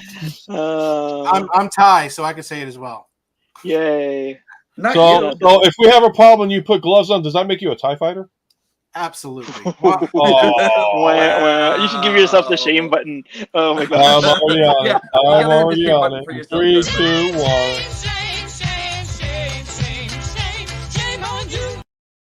Hilarious. Here's a bad joke, but I had to. There's a picture on CFW 2005 of him next to Commander Class Optimus Prime, and he's. Do you want to share it on the screen? You can. I gave that option. Oh, do it. Okay, hold on 1 second. Let me see if I can actually. I mean, as long as it's not video, I guess it can be a picture, but it can't be a video for copyright reasons. Gotcha. Okay, well, I actually just sent you the video, so. No, I don't know how to do. I keep messing up on the link, so I didn't get a. There we go. I got my share screen up, I think. Okay, I'll do it on you. I'll do this then. Okay, we're gonna go in. Cameraman zoom. So there he is next to Commander Class. Yeah. From what I actually heard about Studio Series Optimus, he might be a little bit heavier than this version. Yeah. Oh my God, that looks so good. It's great, right? It is. It is very fresh. The guns. Cool. I don't think it comes with those blast effects, but it's still pretty cool. Yeah. The fingers look like they fing a little bit. You got a booger picker that's there. Yep. That's good. That's the all mode. Okay. Look how sexy that looks. That would definitely need some toy hacking. And the back is actually perfect. Like it is. There it is right there. It's really nice. Yeah. It was Matt in Japan who I watched it from. So yeah, the way they actually handle like the way the feet transform and the platform that's actually underneath the legs and everything, it's really great. What I like is in the robot mode, you see the Matrix, but then when you put the cover or the back over it in the truck mode, then you don't see the Matrix anymore. Right. So, this one's not that bad. I mean, I'm actually kind of two sides about that. You can. I like the robot mode on the Studio Series. I hate its alt mode. I love the alt mode in the main line. But the robot mode is a little bit tough. I like alt mode. I just don't like it. It's just so it's the gappiness right there in the front. I get it. Yeah. And then just the hands just being like right. Yeah. I get it. I'll give them credit for trying to cover up a little bit as best they can, but Yeah, I agree. Robot mode's solid. Why couldn't they do the hands like they did on the main line? Right. See, like I think that would have actually been great. Do you have the main line one? They folded everything in, but I like. Yeah, I got. Let me go grab it. Yeah, I'd like to see the hands on the main line. But also, I like the solidity of these hands over here or these arms. You know, so yeah, I'm actually really great on that. But like as far as the hands, I kind of feel like they could have actually used at least one extra part over here or something to cover the hands up. Yeah. Oh, they just leave it like that? Yeah, it's just like in couple pegs. Yeah, yeah. So here's the main line in alt mode, and you can kind of see the hands kind of fold up here. Yeah, into it, so it makes everything look really much cleaner. There's no gappiness in the front like you see on the other one. Right. So I like this. I'm like, why didn't they do this on the studio? Plus, I love the way they handle the legs on that one. Yeah, how they folded back, they fold up on each other. Mm-hmm. Yeah. And so this is going to stay in alt mode while my studio will be in bot mode. I don't know if I'm going to pick up the main line still. I mean, it's a good price. The only thing that's actually kind of interesting about this, sorry about that, but like when you actually open this up and then you actually have to go underneath this thing in order to get the matrix out, you know, and then it's actually like right there. That was kind of cool. What? Hold on. It's actually kind of like a strange way to do it in order to like achieve getting the matrix, but that's the main line, or hold on. That's the main line. It's not loose. No, the one that Norbs has, that's the studio series, isn't it? No, that's the main line. Oh, that's the okay. I was going to say, wait a minute, how come mine is easier to get to? But yeah, I can see where you're coming from. Yeah, but my eyesight is screwing me again. My bad, folks. Yeah, right now Target has them 15% off. So don't tell me these things. I gotta say, yeah, go on. Ooh, yep. It's crazy. Me and Darth Ravage got a surprise for somebody, but we were able to we went to Target. It was 15% off of the Transformer, and then I had a 15% off any toy coupon, and then there was a 20% off also. So I had all these coupons stacked, and it just brought the price from reader class down to I think I paid $30. I think I know who you have a surprise for. I know who it is too. I'm keeping my mouth shut. Yeah, could it be Bill? Possibly. Yeah. Okay. I know exactly what Bill needs a good surprise. Actually, if anybody happens to see it, I'll be more than happy to send the money down or something like that. If anybody happens to see a Origins wheeljack, that's the one thing he's missing. The Origins. I'm surprised it hasn't showed up in Ross yet. I wonder if they're saving that for Christmas. Yeah, there were so many at either Target or Walmart last time I visited one. There is none around me now. They're like none in Walmart. My guess is they sold it to Ross, and Ross is holding it for Christmas. Hostage. Great. Well, hopefully I can get it because even if I can pay for regular price, I don't care. I like to send that to Ninja Bill, just because he's already got Origins Bumblebee. He's got a Jads because I actually sent those to him. Cool. And then you got to use get the Legacy sound. I just get paid? Wow. Thanks, Zazzle's Clubhouse to Ultra Megatronus. Wow. I didn't know I could do that. I didn't know either. No, I mean really, I didn't. I hope it doesn't go into the plan. I mean, thank you, Zazzy. Appreciate it. I don't know how I'm going to access it, but I appreciate it. That thing, yeah. Oh wait a minute, no, hold on, no. You guys check because I know for a fact I don't have that payment thing. So I can't do it. Oh, it must be for Jimmy. It's either for you, Norbs, or Jimmy. Wait, what did Zazzle do? Zazzle's Clubhouse donated $2 to one of you guys. Oh, nice. I know it's not me because I never set up a money thing. I don't want to get paid like that. I try to earn I just want to earn my way. I don't know. Maybe it sounds weird. But that is kind of like earning your way and everything if you think about it. You know what I mean? Like anybody who actually thinks you're worth your weight in gold is actually, it's a nice thing, right? Oh, it is. It's just like a shock. I was like, wait a minute. I didn't know I was getting paid $2, but it's not me. Whoever, but Zazzle, you can help me out by following me. I'd be happy with that. But whoever you donated to, definitely thank you for donating to one of these guys here, and you're getting quality content no matter what, man. Yeah, I don't have any notifications on mine. Is it you, Norbs? I don't know. I still can't connect to my YouTube on this thing. So Do you have a 1,000 yet? Because you have to have at least 1,000. No, I Get the 500. Oh, 500? Oh, 500 and 3,000 watch hours, and you can get memberships and super thanks. When you get to 1,000, that's when you can get watch page ads and stuff like that.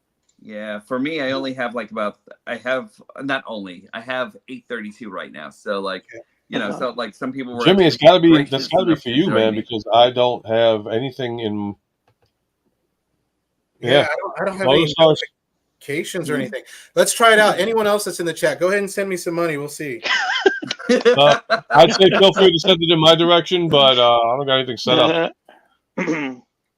So that's cool, though. But thank you to whoever. Yeah, absolutely. Cool. Yeah, you might have to start making like a cool thank you splash page. Oh, that's true. I've only got 80. I only got 87 followers, so I'm definitely out of the league of that one. I don't know. It may take a day. It may take a day before it shows up. But whoever it's for is Azel. Thanks a lot. Absolutely, absolutely. Yeah. Okay. So, what do we think of the Walmart Transformer stream, where one of the hosts basically admitted she's pirated TF1? I thought that was Target. No, there was a Walmart Transformers stream. I didn't watch any of it because I didn't know. Did they announce anything? Well, no, they're saying that this woman pirated. That she admitted she pirated the TF1 stuff. Okay. So I thought it was Target. The typical. Let's grab them and let's sell them for scalper prices.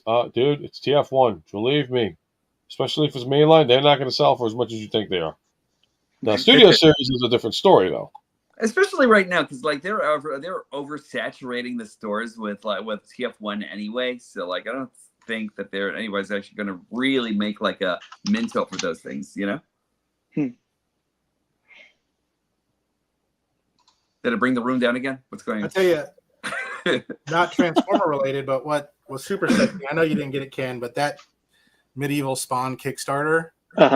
No, that thing is beautiful, and all three of them, right? Yeah. But my gosh! And the way he went, he took the prototype and he made it silver with the black wash. It looked gorgeous. No, I was telling my wife and my son about how McFarlane was the awesome guy who started drawing Spider-Man in a different way, and then got his own company, did his own comics, made his own characters, and then now he builds characters for other figures for other companies because he's that good. Wait. Let's not forget about like starting off this company with like a ton of different wonderful artists that actually they got Jim Lee, Rob Layfield. Rob Layfield too, even though your knees are all knobby and shit, Rob, you know what I mean? But like you got that guy too and everything. Actually, I saw like a Rob Layfield Deadpool like figurine it's out in the back. there. Oh, okay. Yeah, I saw like I saw that figurine and I was just like, somebody's doing a Rob Layfield toy? When did this happen? Yeah, that's good. Cool. Looks good. Yeah, I love how he was given a nod in the. Oh, sorry to interrupt. In that scene where they come out with a Madonna song playing and there's a Layfield something behind them. Yeah, I think I did remember that. And the I don't know if y'all saw. Did you see the John Wick figures? Yes. No. Cool. Oh man, that's so cool. Yeah. Oh man, the John Wick figures and the Berserk figures that are going to be coming too as well. Wait, does John Wick come with his dog? Huh? Does John Wick come with his dog? No, it comes with I think it comes with the Dead Beagle. I'm not for sure, but it's got to have his dog, his wife, and his car. He's got to have his incentive with the toy, so that you could actually bury the dog and that you could actually bury his beagle and you could have him go like, no, and then go. Yeah. He should have a sledgehammer from the first movie. Then just have a little cop coming up. Are you working again, John?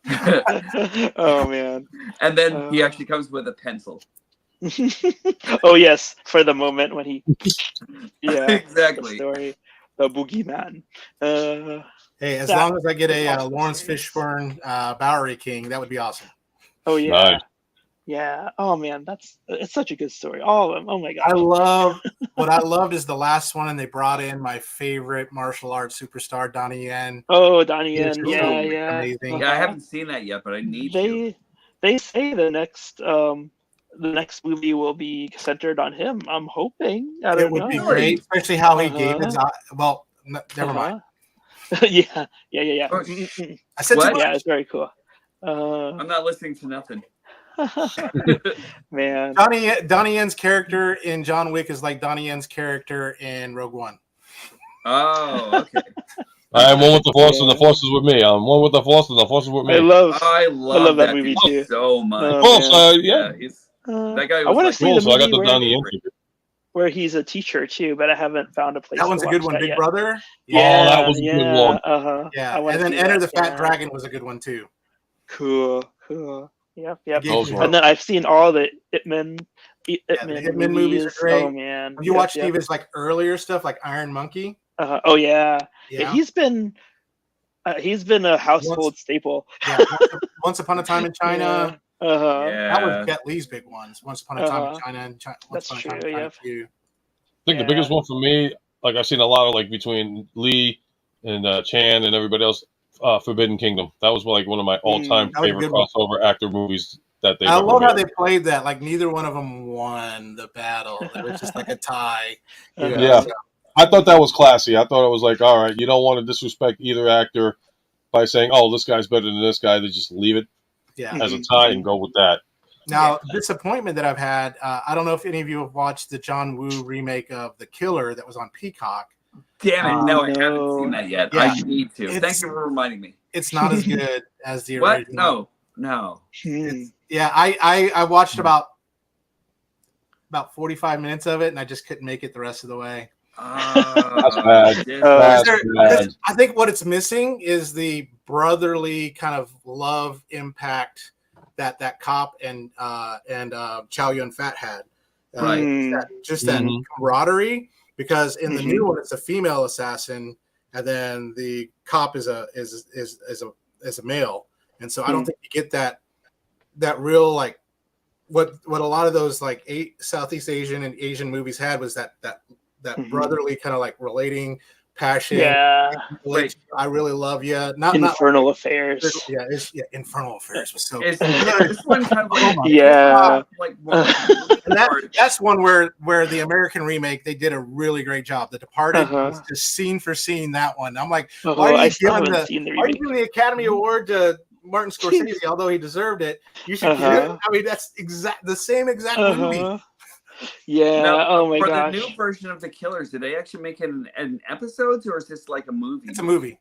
Okay. Movie. Okay. So The Killers. I love Hard Boiled. That was a good one. That was a great one. If you want a really good John Woo flick, of course his oh gosh, what are those movies? Better Tomorrow and A Better Tomorrow 2. I heard of it. And then the one that's The Deer Hunter. There's a remake of The Deer Hunter. Bullet in the Head. I never saw that. Really good one. Okay, because I started following John Woo with The Killers, and then like I followed like a Hard Boiled. I did Hard Boiled, and then like the Face Off over here in America, which I still love. Oh yeah, that was really good. Which is interesting, is because like his movies in America didn't do as well, but he kept that same brotherly kind of like Mission Impossible 2. You had that same tension that you had in The Killer. Movie. Yep. You know, which was really cool.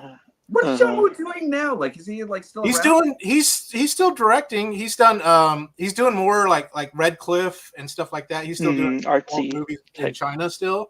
Okay, but he's still doing his stuff. I'm dying. I need more John Woo movies. I just love that the guns spoke. It was like the dialogue was all the guns. That was it. And then the white doves coming in, the redemption. Well, listen, guys, I'm probably going to call it I'm sorry, go ahead. Okay, I was just like, that was always like his signature move was the doves, you know? It's like and the gun kind of turning like this, you know? Yeah, that's right. Yeah. You've got to. Or the guns pointing at each other's face and they're talking with the guns at each other's face. You know, you're actually inspiring me to go off and go watch The Killer tonight or something because like I need something cool. You know? I just saw MI2 the other night again, and I love that. They did the spinny thing with the bikes. this time too. Don't forget he did Broken Arrow as well. Yeah, oh that's yeah, right. that was That's good right. too. Yeah. Sorry, we got it on John Woo flick. Man, maybe we'll have a movie night or something like that. Oh man. Yeah, that would That's be cool. great, right? Yeah. Do our own riff tracks. Well, guys, I'm going to call it a All night right. tonight because I'm actually like I've been working like 50-hour weeks, so as much as I would love to keep going, I gotta call it a night. So I want to thank everybody for coming out tonight. And Ken, I'm hoping this by Saturday at least you'll have full knowledge of the movie, and we can bring it back up and discuss it in full term and like bring up the good points and the bad points, and you know, because we got to do that again, man. And give everybody. I'm taking the day off Friday to watch the movie with my Right. All right, so you'll be ready for Saturday. Yeah. That'll be cool. That'll be cool. So, all right, well, let me let you guys get your outros and everything else, and I'll start off with Jimmy G because he came in last. And hello, my name is Jimmy G. You may know me from certain movies like The Good, the Bad, the Awesome. And if you don't know me from that, then you should know me from that. You can subscribe on YouTube. You can also find me on Facebook, Instagram, TikTok, all those wonderful places. And love each and every one of y'all. Y'all stay awesome. Thank you for coming on, Jimmy. Appreciate it. Thank you. And Zazzle Clubhouse, I want to thank you again for partaking in doing your little contribution to one of these gentlemen here. That's very awesome that you did that. DFS, definitely thank you for coming out and spending time with us. And he had to do that spot channel. Yep. Jimmy G's spot, best channel ever. Oh, what about these other two guys, huh? These guys were my inspiration. I started watching y'all before I did my channel. I just came for the food. Oh, no way. That's awesome. But it's your attitude. Oh, I was going to say it's his attitude and his, his personality. That's why you have the following you do. And it's really joviality. Yeah. But anyway, all I have is YouTube and Facebook. But yeah, you can find me there. And just hang out with us on the Saturdays and sometimes Thursdays that we're on, and just have a good time with us. And thanks for following. You guys are the best. Thank you so much. And if you guys want to share the links too with Zazzle here, he'd like to definitely get a link from you guys. I'm under Ultra Megatronus, but anyway, I'm going to shut up because these guys. There you go. All right. So it's Diecast Snobs Galactic Hooligan, and you can actually find me on YouTube, and you can find me on Instagram, and you can actually find me on X as Diecast Snobs Activate. So Diecast Snobs Activate. Also, you can actually find us on the Transformers Hooligans Hangout. Come and join us. Share anything you'd actually like to and everything like that, like within reason, of course, But absolutely, thank you for joining us all tonight and everything. I really appreciate each and every one of you. I appreciate you, and I especially appreciate you for joining us all on our trip through Nerddom today. And be good to yourselves. Be kind to each other. Make sure that you treat each other with love and respect, because love is an action word. So bring that along with you everywhere you go. And when these stop being magical, that's when I'll stop collecting. Join everybody on this channel because they're all great. Like, join them tonight. You are awesome. Thank you again for coming out. And I'm going to post everybody's link, and Bab's a little bit late to this party and all that stuff, but if you were already in and just listening, thank you for coming in again. Hopefully everybody got the links that these gentlemen have given. So it's in the chat. If not, I'll also advertise it here on the screen. So this is for New York Hunter Impressions. Thank you so much. And this is for Jimmy G, a.k.a. The Good, the Bad, and the Awesome.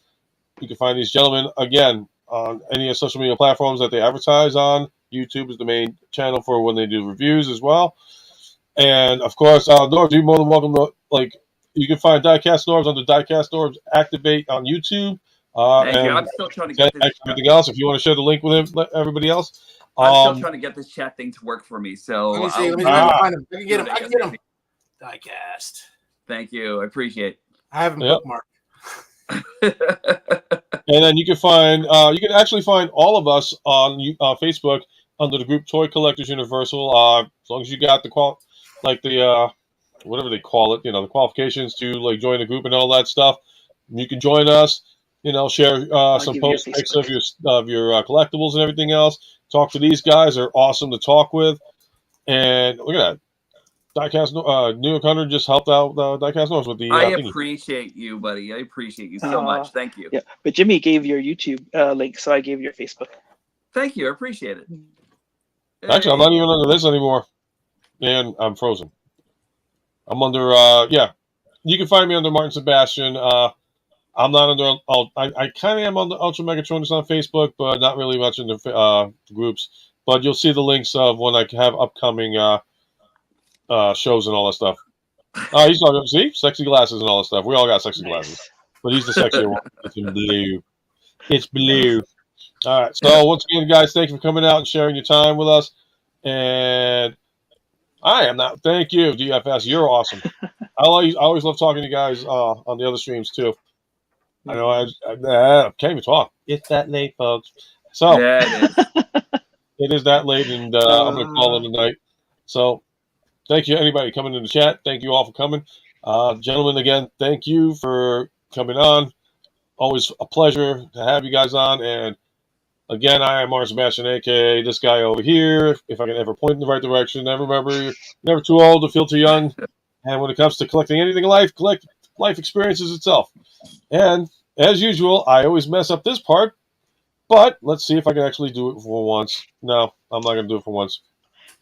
No, I changed my mind. Ending. Bye-bye. Bye-bye. Bye-bye. Bye-bye. Everybody. Bye-bye. Awesome. Live long and prosper.